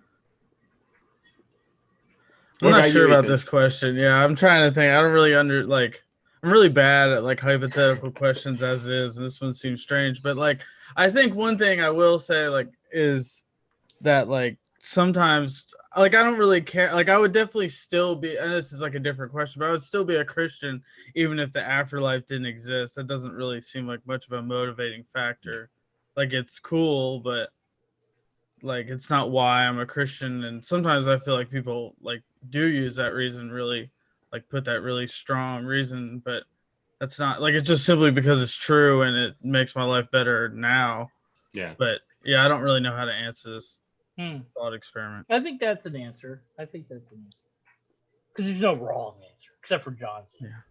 Yeah, I mean, he was definitely wrong. He didn't even answer. Whatever. The other John. I was like, what? I answered the question perfectly well. Yeah. It doesn't matter what you answer because it's wrong. It doesn't matter. Okay. You know that. Ronald, anything, or you thinking about something else? It's fine. I'll shut up. It's cool. He's thinking about making his beard more fabulous. Yeah, it's is my beard cooler than God's beard? Well, I'm trying to remember the question. Actually, was it God with no? Okay, there is with God, no, but no afterlife. There's no afterlife, or there is an afterlife, but there's no God. Well, I've never concerned myself, even now, really, about the afterlife. That's not been a motivator for me, anyways, ever. So I would probably, as far as the question goes, the first answer, I guess, God with no afterlife. Okay. But don't pick you because.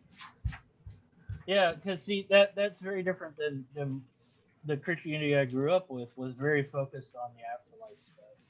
So yeah. I don't know if that's because there's a lot. It's evolved or if and maybe it has through time, or maybe you guys just had a different kind of experience. No, I think probably a lot of the people here have either grown up in a fundamentalist, sort of moved out of that, turned to Christianity, or migrated away from the sort of fundamentalist. What are you, John? Anyways, have you? No, you don't know. Still, I'm inquiring into either Catholicism or Orthodoxy. No, be skeptic. It's fun. Trust me. God. You get to be jaded. You get to poke fun at everyone and be like, "Oh, you're wrong."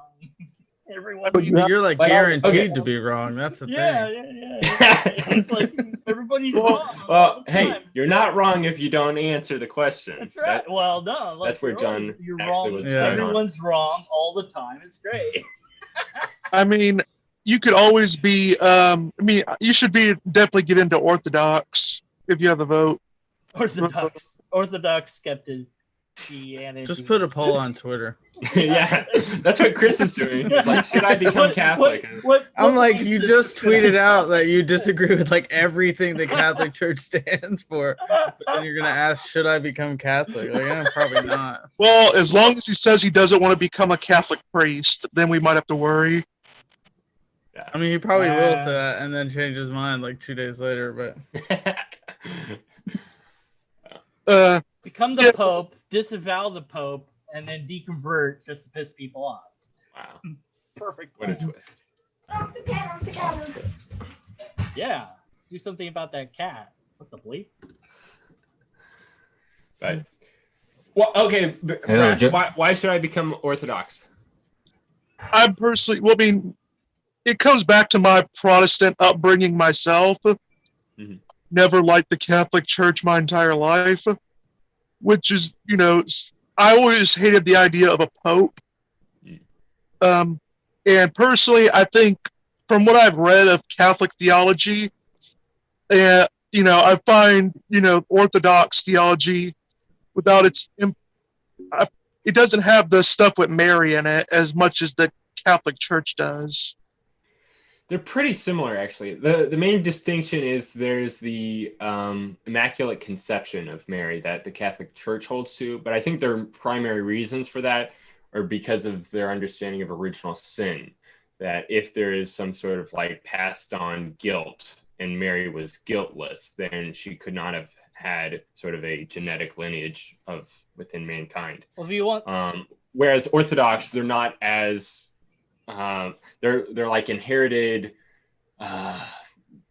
dispositions, I guess, which you could say, but it's not inherited guilt. So there's still the effects of sin from Adam within all people, but not inherited guilt. And so for them, they don't really require that sort of Immaculate Conception understanding of Mary. I've always said that, if Mary never had sex, then they would have never called Joseph her husband.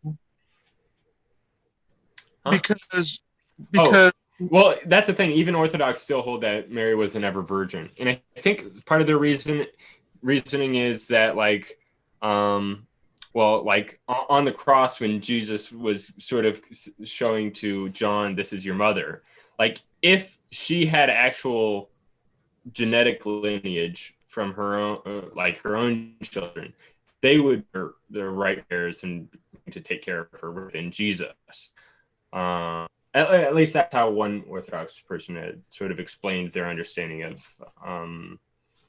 Mary being an ever virgin. On a serious note, so that's the thing. Like Catholics and Orthodox aren't really that different. The church I first attended, or at least that I really remember, was Lutheran. So that's kind of the best of both worlds. Depending on what kind of Lutheran, though, that's but John, that might be Yeah, I know London Theist. He was supposed to sort of convert me over into Anglicanism, which I don't know too much about, but I know it's sort of another high church, and it is somewhat still part of the Catholic movement, I guess, but not like beholden to papal infallibility or anything like that. I think Jonathan Sheffield is a Anglican too. Yeah. More C.S. Lewis was an Anglican. We have cookies. We have cookies. Atheism has cookies. I swear. I swear, it's true. It's true. You can ask anyone. I swear. I mean, they've all got cookies, though. You got to give me something. You can just make your own cookies. If you really want. Our cookies are better. I don't think you should choose your worldview. Caleb is saying that I'm not quite correct. Worldview is definitely dependent on who has it. Enlighten me, Caleb. I told John that if the best way to solve all doubts about where you want to end up is just flip a coin. I might. I'm at this point where it's like side, then Like, damn it, I'm agnostic. It's all Baron's fault. I'm actually quite sympathetic towards. What was that, Craig? Were you on Caleb's stream yesterday? Yeah, for a little bit. How was Pine that? Creek. What's that? With Pine Creek. Yeah, Pine Creek came on. They started. I was on with my wife. Otherwise, I would have joined. Yeah, so I was about to head out as soon as they started going on about the Flying Man. It started getting a little out there, but then it turned out pretty good. Yeah, thanks After the everyone, Flying Man was for done. tolerating me, and hopefully I did something useful. Okay, hey Craig, I want to talk to you one-on-one. So email me about your YouTube job.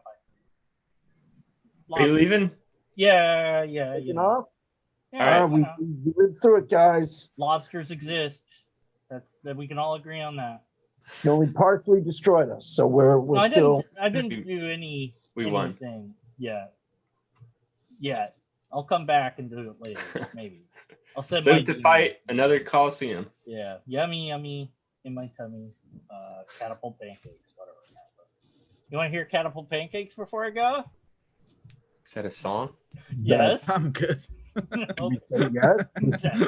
No, it's like, Maybe next John, time. you didn't listen to my albums, John? I did listen to. You had the song about Logic. Yeah. The first one's catapult pancakes. I mean. Yes, it You did. forgot leave the a first lasting one. impression Got on the me. first one. Whatever. All right. You skipped over Love the you first too, one on John. accident.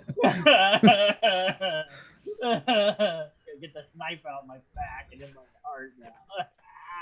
I'm okay. Bye. All right. So long. See you, D-Man. It's gone. Craig, for some reason, you're in here twice. Well, because I switched to my tablet because I thought it was the phone. I don't think it's the phone. I think it's just my. I don't know. Is it just me? Is it California? Like since coronavirus, I've had a lot more trouble streaming. Is that just me? It's just Probably you. just you, yeah. It's only you, not even just all of the Californians, but they selected. Okay, who do we downregulate here? We gotta. All right. Caleb is saying, John, the teaching on the Immaculate Conception is not tied up with a hereditary view of original sin. Okay, well, that's news to me, I guess. I always thought it was. I mean, I've always said it doesn't really make sense for Mary to have been a forever virgin, at least in that time, because the Jews tied being married to have having sex. So it would have, in my opinion, it wouldn't have made sense for them to call Joseph her husband if they had never had sex at all. Right. If that's what Caleb's bringing up is the whole fact of Mary not like staying ever virgin. Like that's something that's shared between the Orthodox and the Catholics. But the difference is that the Catholics believe that Mary was born without a father in some sense, and then also gave birth to Jesus without a physical father. At least, I don't know, maybe Caleb can correct me on that as well. And that's where the distinction is between the Mariology of Orthodox and of Catholics, as I'm aware of it. But yeah, and there's something I'd heard, I don't know, I'd have to look at it more, that I don't know if I got this from a Catholic or an Orthodox. They're understanding that Mary was a virgin in that she was like committed herself to be a virgin as like she took a vow of virginity, and then was informed that she was going to conceive and give birth to Jesus. And I think like that's why she was surprised when she was told by Gabriel that, oh, you're going to conceive and have a child. And she was like, well, how can I? Because I'm a virgin. And that because I'm a virgin, implying, I guess, that she had taken a vow of chastity. And that's why she would be surprised, even though, was she married at that point? I would say Joseph, you could say, was the Caleb's original. not having it. Yeah, I know. Caleb, well, he said he can't come on. Okay, well, I'll just have to talk to you about this more so at some point. Yeah, okay. I mean, you can just say that Joseph got cucked by God. I know there's like a Jewish theory about like how a Roman guard like impregnated Mary or something. Oh, well, that comes funny enough after, I think the Roman guard was named Pantera or something like that. And that comes even later than the Gospels. Yeah. So, yeah, I mean, Maurice Casey, he's now passed away, but he is a New Testament scholar. He goes into that too. The virgin birth tales predate that theory, so that doesn't really work for the Jews. I think that comes up in the Talmud, I believe. I'm not sure. I could be wrong on the Talmud part, but I know that is a thing that Jews levied against Jesus. I mean, I've always found it sort of funny because that out of all the things that the Jews disagreed with Christians on, they never once questioned that Jesus' existence. Right. Yeah. They questioned everything else, even going down to the dietary laws, but they didn't. You'd think that would have been the major thing they brought up. Well, if it was in doubt, sure, but I don't know when did that even start becoming a thing that this isn't.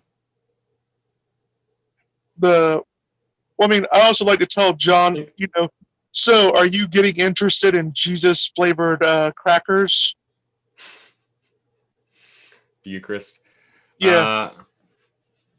I don't know. For me, it seems like there's a high significance of the Eucharist, just following from like Christ saying that this is my body, this is my blood. And then when the disciples asked him of him, is like, oh, is this supposed to be like some sort of euphemism for something else? And he's like, no, this is my body and this is my blood. In other instances, when he's like giving a parable, it seems like he will give the like sort of mythological or sort of metaphorical story at first, and then when his disciples questioned him about it, he would give them a more full understanding of like literal understanding. And that's an instance where they ask him, and then he like almost doubles down on the articulation. Right, this is literal. Yeah. Well, I mean, if it makes you feel any better, most Catholics don't believe in the transubstantiation.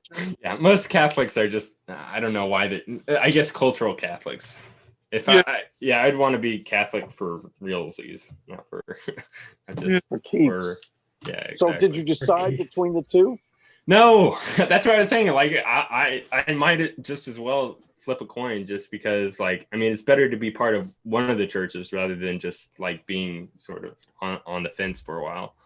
See, I feel like even thinking that you can like judge them and make this decision though is like claiming to be a Protestant, essentially. Yeah, I'm a Protestant wanting to be a Catholic or Orthodox. I mean, I think the only thing that draws me to like either one of those is if like those are the only true churches.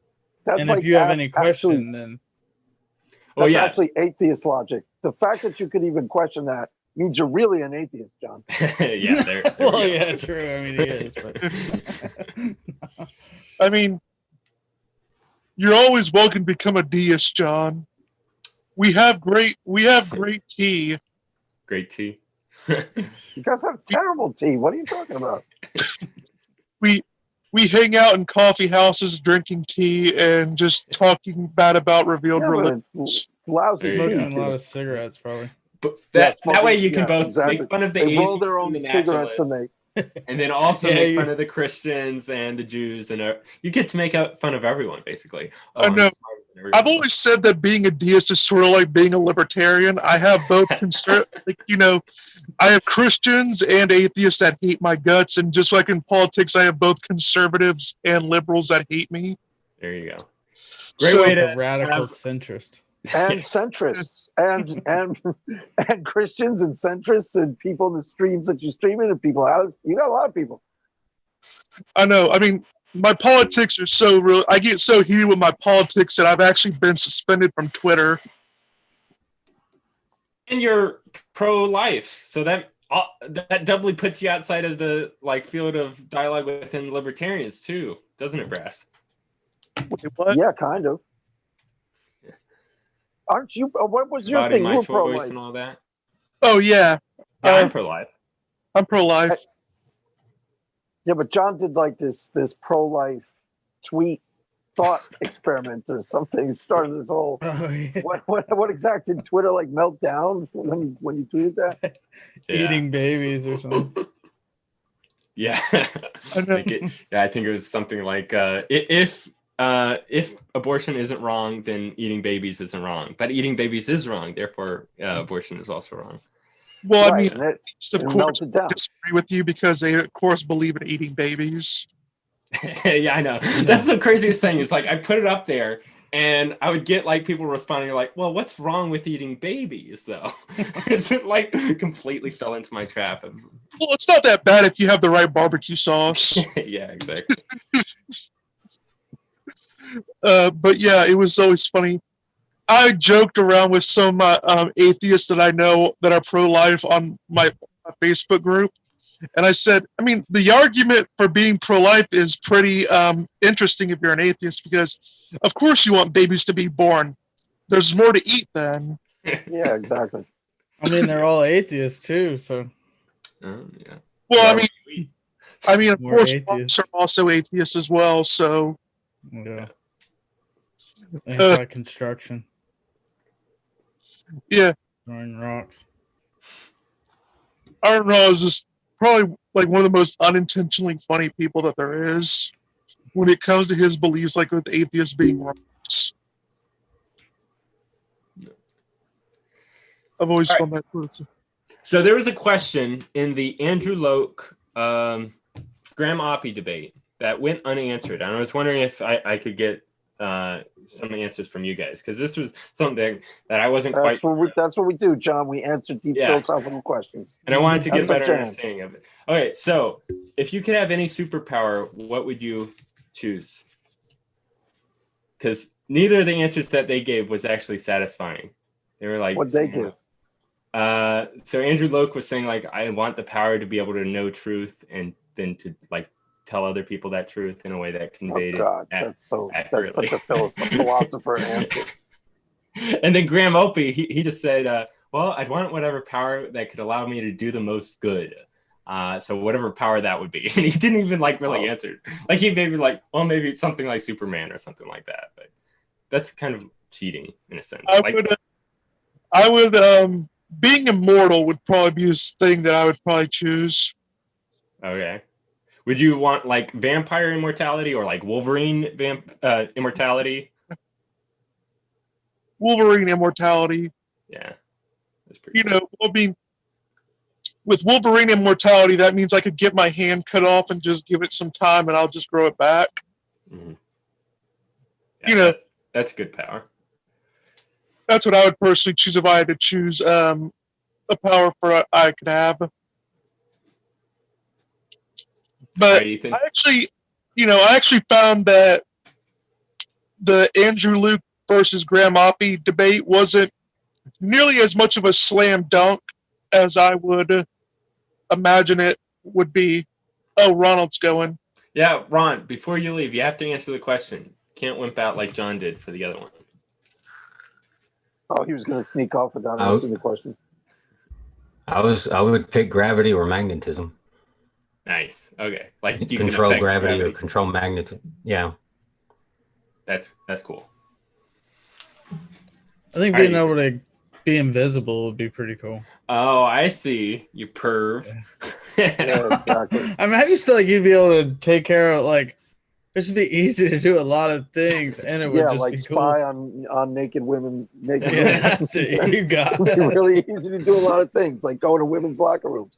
Actually, that's probably Brass's real answer. Yeah. See, at least I'm honest. Come on. You stole Brass's answer. Well, I had to be honest about, like, I mean, that would have been too expected for me to say. Yeah, there you go. Yeah. I'm stepping away just for a minute. I'll be right back. All right, cool. All right, we'll talk shit about Ethan while he's gone. Yeah, totally. What about you, Craig? What's the actual question? What is my superpower? Or what would be my superpower? Yeah, what would you choose to be your superpower?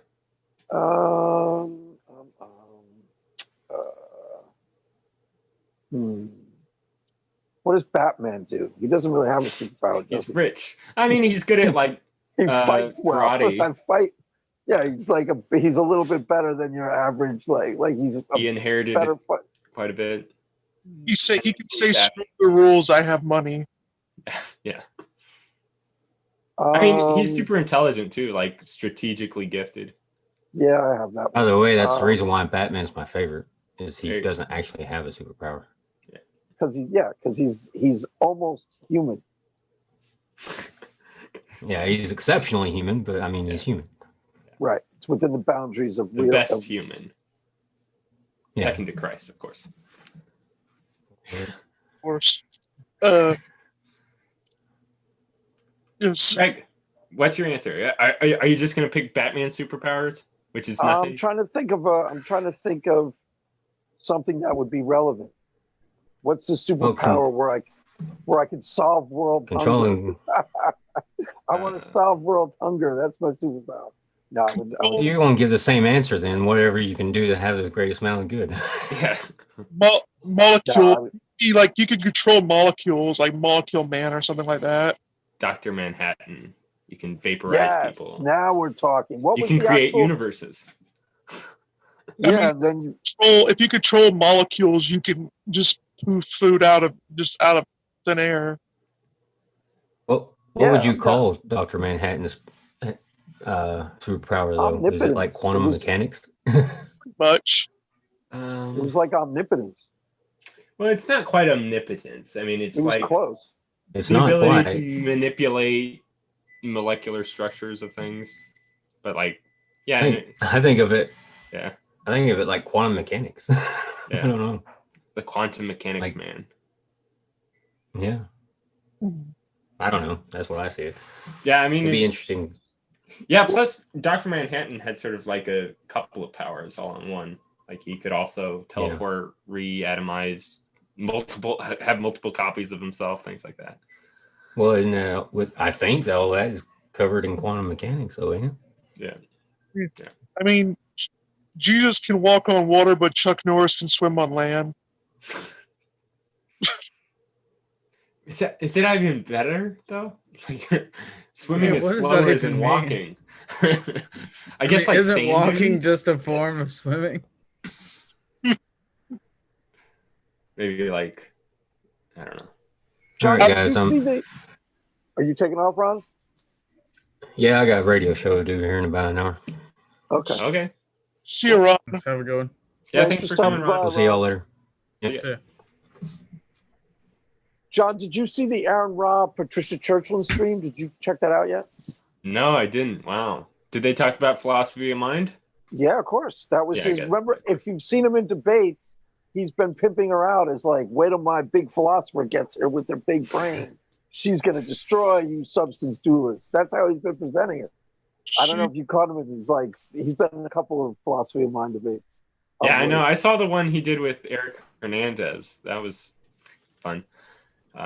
But that'll at least be interesting because at least ostensibly Patricia Churchland is a philosopher of mind. So maybe she'll have something interesting to say from that perspective. I watched it. I'll post a review on it in a couple of days. It's an eliminativist. Yeah, I know. So a limitivist, like she doesn't think that intentional states exist or other like belief states probably don't exist as well. Anything that refers to like mental properties or objects or substances doesn't exist. So it's all just mechanisms of the mind. Mechanisms of the brain. They don't even get to it till about a half hour into the stream. Like the first half hour, they're not even talking about things along the lines of philosophy of mind. Just kind of like. Craig is asking, Mark was just asking in chat how long we've been going. It says here on YouTube, an hour and 48 minutes. If you want to join, Mark. Mark, you can join. Unless Craig, you want to close out soon. I'll leave it up to you. I seem to be functioning right now. You can all hear me pretty well, right? Yeah. All right, I'll invite him on if he wants to come on. Yeah, whoever. Throw the link out there. The more the merrier. I was going to tell Shannon to come on because we had easy picking theists. She could come on and just destroy the place. Got somebody in the chat making fun of my mustache. Uh-oh. Bryant.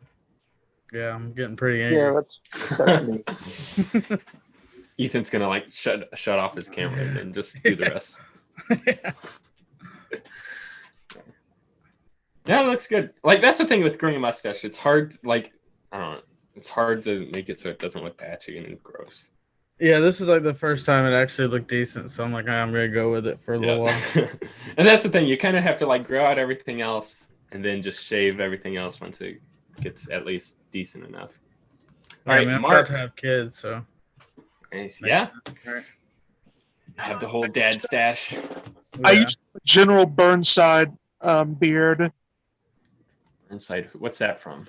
Basically, there was a general named General Burnside in the Civil War. Oh my gosh! Wow. Yeah. And what happened was it's like a full beard, except the bottom goatee is gone. Yeah. Here, I'm sharing screen. Whoa. There we go. Yep, that's the kind I had. Wow. There's no way. Impressive. I don't believe it. That's the thing I was kind of wanting. Is like I wanted to grow out my mustache long enough that I could give Nietzsche a run for his money, but that's going to take a while. Yeah, that's exactly the kind. Because I went to the barber and I showed them a picture and I said that's what I want. And it came out pretty good. I of course took the picture of myself with it, and then I proceeded to do a cartoon rendition of it. There we go. Stop share. Okay, I was so confused. That's cool though. Yeah, that's the thing. The art of facial hair is something sort of lost in the modern day. Facial hair is like makeup for men. Yeah, kind of. My go-to is just light mustache and then 5 o'clock shadow if I can. Hey, Mark. Hey, what's going on? Welcome. What's up? Hello. All right, we need your insight. If you could choose a superpower, what would you choose? Oh, shoot. And That's why a tough would it question. be invisible? Why would it be invisibility? The follow-up. So that's my question. I have to answer that one? Yes, you do. Yeah, and why would it be invisibility? Well, first answer correctly and then why or why not it wasn't invisibility. Well, he's going to say invisibility because he wants to do it. I know, but you still have to at least give him the opportunity. Oh, we have to trap him first? Okay, so it's trapping. All right, sorry, my bad. Okay, so the first thing that comes to my mind, given that we're in COVID, is to be able to cure diseases. COVID? There you go. Yeah. You're not allowed to say Well, that then on become a YouTube. Christian, dude. We can lay hands on the sick and they recover. There you go. It's already there. And then you might accidentally catch it as well, though. That's the thing. With social distancing, you can't actually lay hands on anyone. So. Well, if I have these superpowers, I can, right? Okay, yeah, true. I guess so. He could heal himself. California's in lockdown. You guys know that, right? California's still in lockdown. I was seeing somewhere that like Australia, they'd already like lifted the mask mandate for people down there. So I don't know what California US went is back doing. into lockdown through the 28th of December. So like when we were doing Christmas stuff yesterday, a lot of restaurants weren't open, getting killed. Yeah. I wasn't sure if everyone knows in the rest of the country. It's not as lax, at least here, or sorry, it's not as restricted, at least where I'm at. I mean, it's still the whole mask policy and all of that, but that's about it. People in Texas don't really care. LeBron Brady is saying his superpower would be to become a theoretical physicist. I don't know if I don't think that was his superpower. Somehow they knew they were talking about me being an engineer. I'm trying to figure out how. Maybe it's this book or whatever, this like steel construction manual. I don't know, but that is. Yeah. Mark's a resident agnostic, but yeah, I was hoping you're pretty cool. Did you see the debate between Graham Oppie and Andrew Loke? No, I didn't. It was on Capturing Christianity. Andrew Loke was sort of presenting a modified somewhat Kalam cosmological argument to Oppie. This is pretty interesting, but yeah, that sounds like something we'll have to listen to. I'm making a transcript of it to put on WordPress. Well, that's good. I would like to read that once you do, because for some of these things, I think I just lose a lot of it in it being spoken. I think it would be a lot easier for me to sort of get a clear understanding of what the ideas are by reading them out and actually see what, like, where they're responding to each other and where they're actually like off on tangents. Yeah. Probably it's also helpful for you as well to get a better understanding of what they're talking about by going through and actually transcribing it.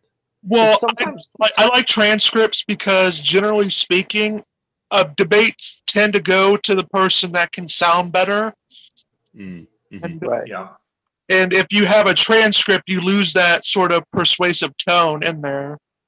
Right. And also transcripts better for the structure of the argument, usually. Like, so you can piece together whether the underlying argument itself is actually strong and sound rather than be swayed. I believe I made a transcript for Graham Oppie versus William Lane Craig on the mathematical argument for God's existence. And that came out pretty good. I actually liked that debate. I think Oppie's best debate was probably against Ed Fazer. Which one? I believe it was the first one that he went after. That was based on Fazer's book, 5 something. Yeah, the 5 proofs of God. Yeah. 5 proofs of God. Yeah. Fazer, he's sort of got the Aristotelian proof from motion that he puts forward generally. That I think that was what they debated about on that one, at least. I would like to talk to Dr. Luke one day. It's funny that he's actually, I didn't know this, but he's actually South Korean. I know he was saying he was streaming from Singapore. I guess maybe he's just moved there. He could have. I'm not sure. I think I heard he came from South Korea. I'm not sure. Well, I know he couldn't be from North Korea. He wouldn't have the debate. Right. Yeah. Lord Brian in the chat, I had said something, and I think he thought I was you, Craig, but he's asking, how you doing, man? To you, Craig. Oh, to me, Craig, not you imitating me in the chat. Oh, yeah. So you just tell me what to say, and then I'll say it. That way I can. I'm doing well. I'm doing really well. I just got back from a nice little Christmas outing with my wife. Nice. And now we're streaming. And John kicked me out of the live stream and was like playing all these games with me in the beginning, trying to undermine me. But I think I've recovered. So, I was watching this video. I was watching Pine Creek just earlier today. And it was an older, I wouldn't say old, but it was like about maybe a couple of weeks ago when he was interviewing ex-Christian Aaron, right? And it was kind of, I just watched part of it. I didn't watch the whole thing, but there was part of it where, like Pine Creek, Doug was basically saying, well, no, you were a Pentecostal Christian, right? So you had really high expectations for God, that God could do this, God would intervene and do this and that and the other. And then Doug mentioned that when he was growing up in the Mennonite church, what he was told was, okay, God's given you a brain and your health. Don't ask for anything else. That's it. You're good. Yeah, it's like don't go expecting all kinds of miracles and stuff. You got it's up to you. And I thought that was really interesting, like how different the expectations for what God can do.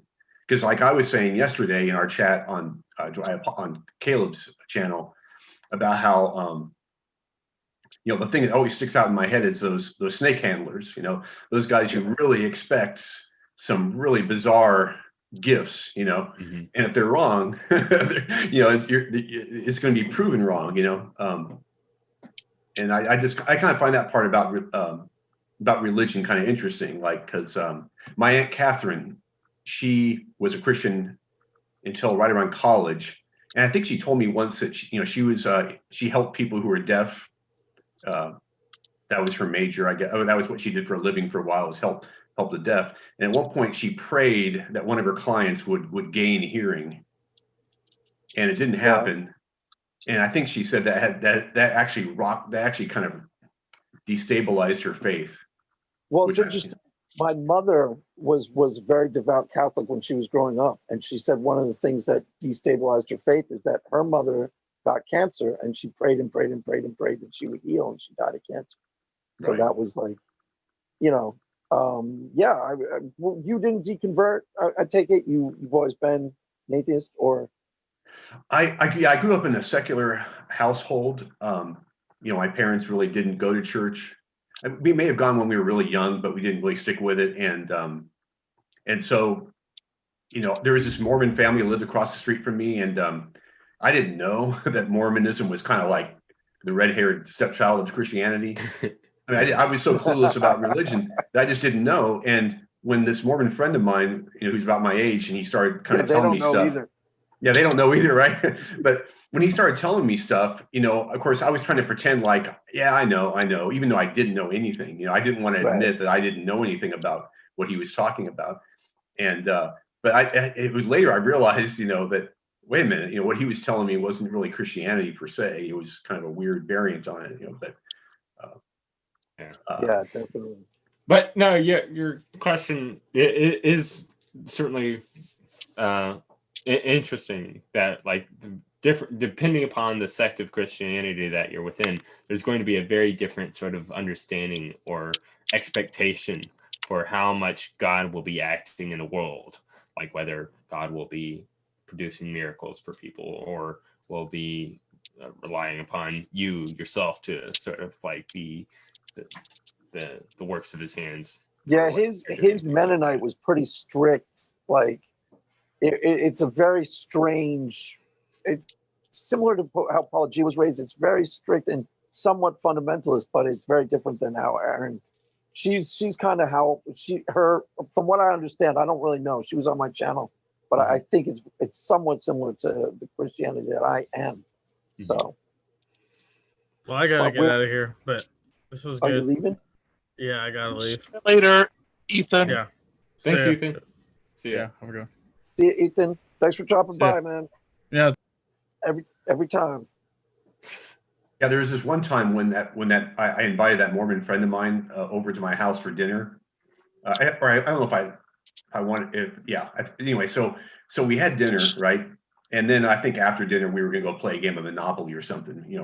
That was back in this is really before PlayStation.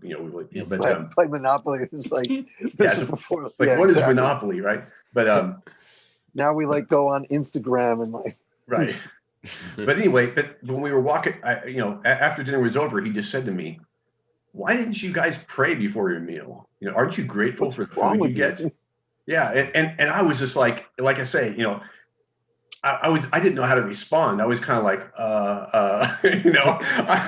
but I knew we did something wrong by not praying. But it was sort of like, what do I say? And I just, and I felt that way growing up. Like my classmates, they would say, "Hey, I go to the Presbyterian church," or my other classmate would say, "I go to the Baptist church," or whatever. And I was like, okay. I remember one time I asked my dad, "Hey, what is Jesus famous for?" And my dad said, "Well, Jesus taught people to love one another." I was like, "Oh, okay," but he didn't tell me. He didn't tell me anything else. Yeah. Where did you grow up? In Southern California. Okay. It's called the Inland Empire. Yeah, I know where it is. I live in Malibu. Yeah. So that's where I grew up, but I now live in Indiana. Yeah. But, it's kind of funny how when you're growing up, like everything, it seems like everything's normal, and then like you interact with like other families, and like, oh, what I thought was normal is like really weird. But from another planet. Yeah, totally. Yeah, totally. Because I've told people about how I grew up, and like some people didn't even believe that I didn't know an evangelical Christian growing up, or even usually Republicans. It's a very secular, like left-wing town, and there was just no such thing as like a Bible believing Christian who active evangelical. didn't eat one until I was like 19. And some people didn't believe that, but that's New York. It's a very secular place. I remember with me personally, I grew up like sort of in the same thing with Mark. My family was very secular. I mean, not like religiously, like they weren't atheists or nothing like that, but generally speaking, our church denomination was basically whatever church happened to be nearby when we're driving on a Sunday. So, on one week we'd be a Baptist, the next week we might be sort of a Methodist. Basically if we were driving and on a Sunday and there was happened to be try that church. They have good cookies, and then you'd stop there. Yeah, I mean that's pretty much how it was. We didn't really go to church that often, and it wasn't until like it was funny. It wasn't until like I had sort of my own experiences where I started to study Christianity a lot more than I initially did, because originally I didn't even know about Moses or anything. Right. And so that's sort of how I ended up learning. I found I probably know more about Christianity today than most of my family does. Oh, yeah. We were nominally Roman Catholic, but like we did pray at the dinner table up until I was about 10 or 11. And then that just sort of stopped too. So we never prayed when we sat down to dinner. And like we went to church on Christmas and Easter usually. My father went sometimes every Sunday, but nobody else did. And nobody expected us to believe any of it. It was just kind of a cultural thing. Yeah, I remember there was a good friend of mine in high school who when I met him in high school, he was 2 years ahead of me, and he didn't seem very religious when I met him. When we talked, we always talked about music, and it was secular rock music and stuff. But so we stayed friends, and then sometime when I was like, I think it was when I was in college, and or maybe it was after I got out of college, but he told me that he got rid of all his secular rock music because he'd really gotten really into the Christianity. Born again Christian. Right. That was the whole thing. Like my dad, he had a whole record collection of like a lot of those types of stuff. And then like he actually used to be a Wiccan as well.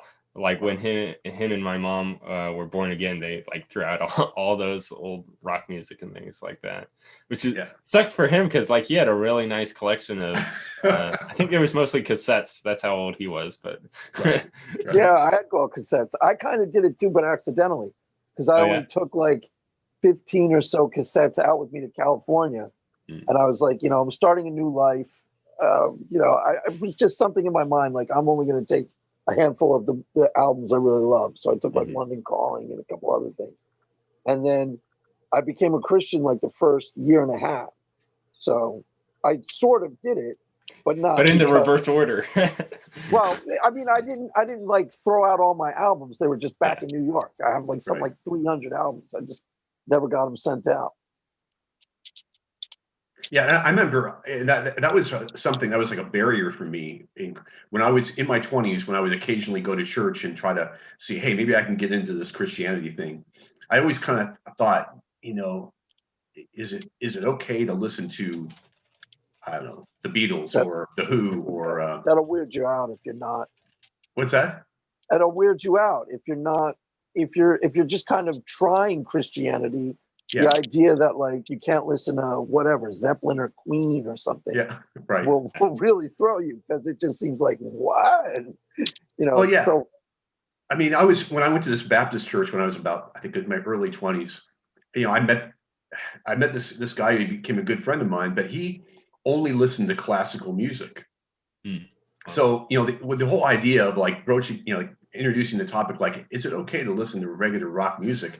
It wasn't really an issue for him because he never listened to it. He just didn't like it. Maybe his parents never played it for him and he just never got attracted to it. So it wasn't a challenge for him. For him giving up rock music was like nothing. It was no big deal at all. Right. For other people, it's like life and death. It's like, Craig, you have to give up eating Brussels sprouts. Yeah, I'm like, yo, really? I can't even deal with it. You know, do I even eat them? No. Yeah, exactly. There's a lot of stuff under the category of you have to give this up that I wouldn't even notice. Have I even tried it? You know, definitely. All right. I kind of have to go. It's been a little bit while, but closing up shop. Yeah. All right. No problem. See you later, John Buck. All right. See you later, Mr. Brass. Thanks for hopping on. Brass, you wanna say goodbye to the stream and Mark, and are they the only two left? Yeah. Everybody else has abandoned us, Craig. Yeah.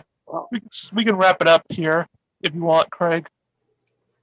Yeah, John's got to go, so we can close it up. It's been about 2 hours. You want to say anything to the stream, who you are and where they can find you and why they should? Or who are you talking to? Me? Either of you, both of you. Well, you can find me on my new Twitter. It's called Brass Vaughn. And you can find me on YouTube by just my name, Mr. Brass.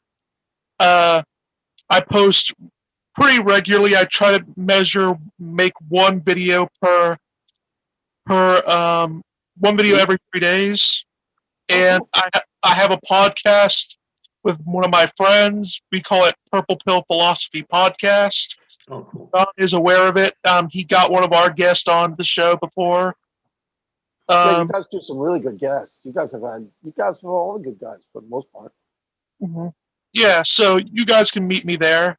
It was nice coming on to talk to you guys. That was great. And Mark, you want to say? Yeah, well, I have a YouTube channel that it's really been inactive, but it is called Infinite Regress. And I have a Twitter account. It's just my name, Mark Angelotti. And have a Discord server called Infinite Regress, but I haven't been on there for months. I kind of got burned out for a while, so I've taken a break. But other than that, that's me. Burnt out on the debating on Discord or Twitter or just in general? Yeah, in general, getting into we were doing book club and we were reading lots of, really deep books and everything. And it just got overwhelming after a while. Yeah. So I just wanted to watch sport. After a while, I just started binge watching tennis matches. Oh, cool. And you came to the right place. We talk about like TikTok and we talk about stupid stuff here. It's not challenging at all, right, John? Exactly, yeah. All right, well, you guys have a good evening, though. Yeah, thanks for coming on, Mark. Thanks for stopping by. You bet. Anytime we have a stream, you're welcome to show your face. Definitely. Say what's what. You too, Brass. Yes. So should we close her up, John? Is that all she wrote? Who won the day? Do we have a winner for is it me again? It's usually me.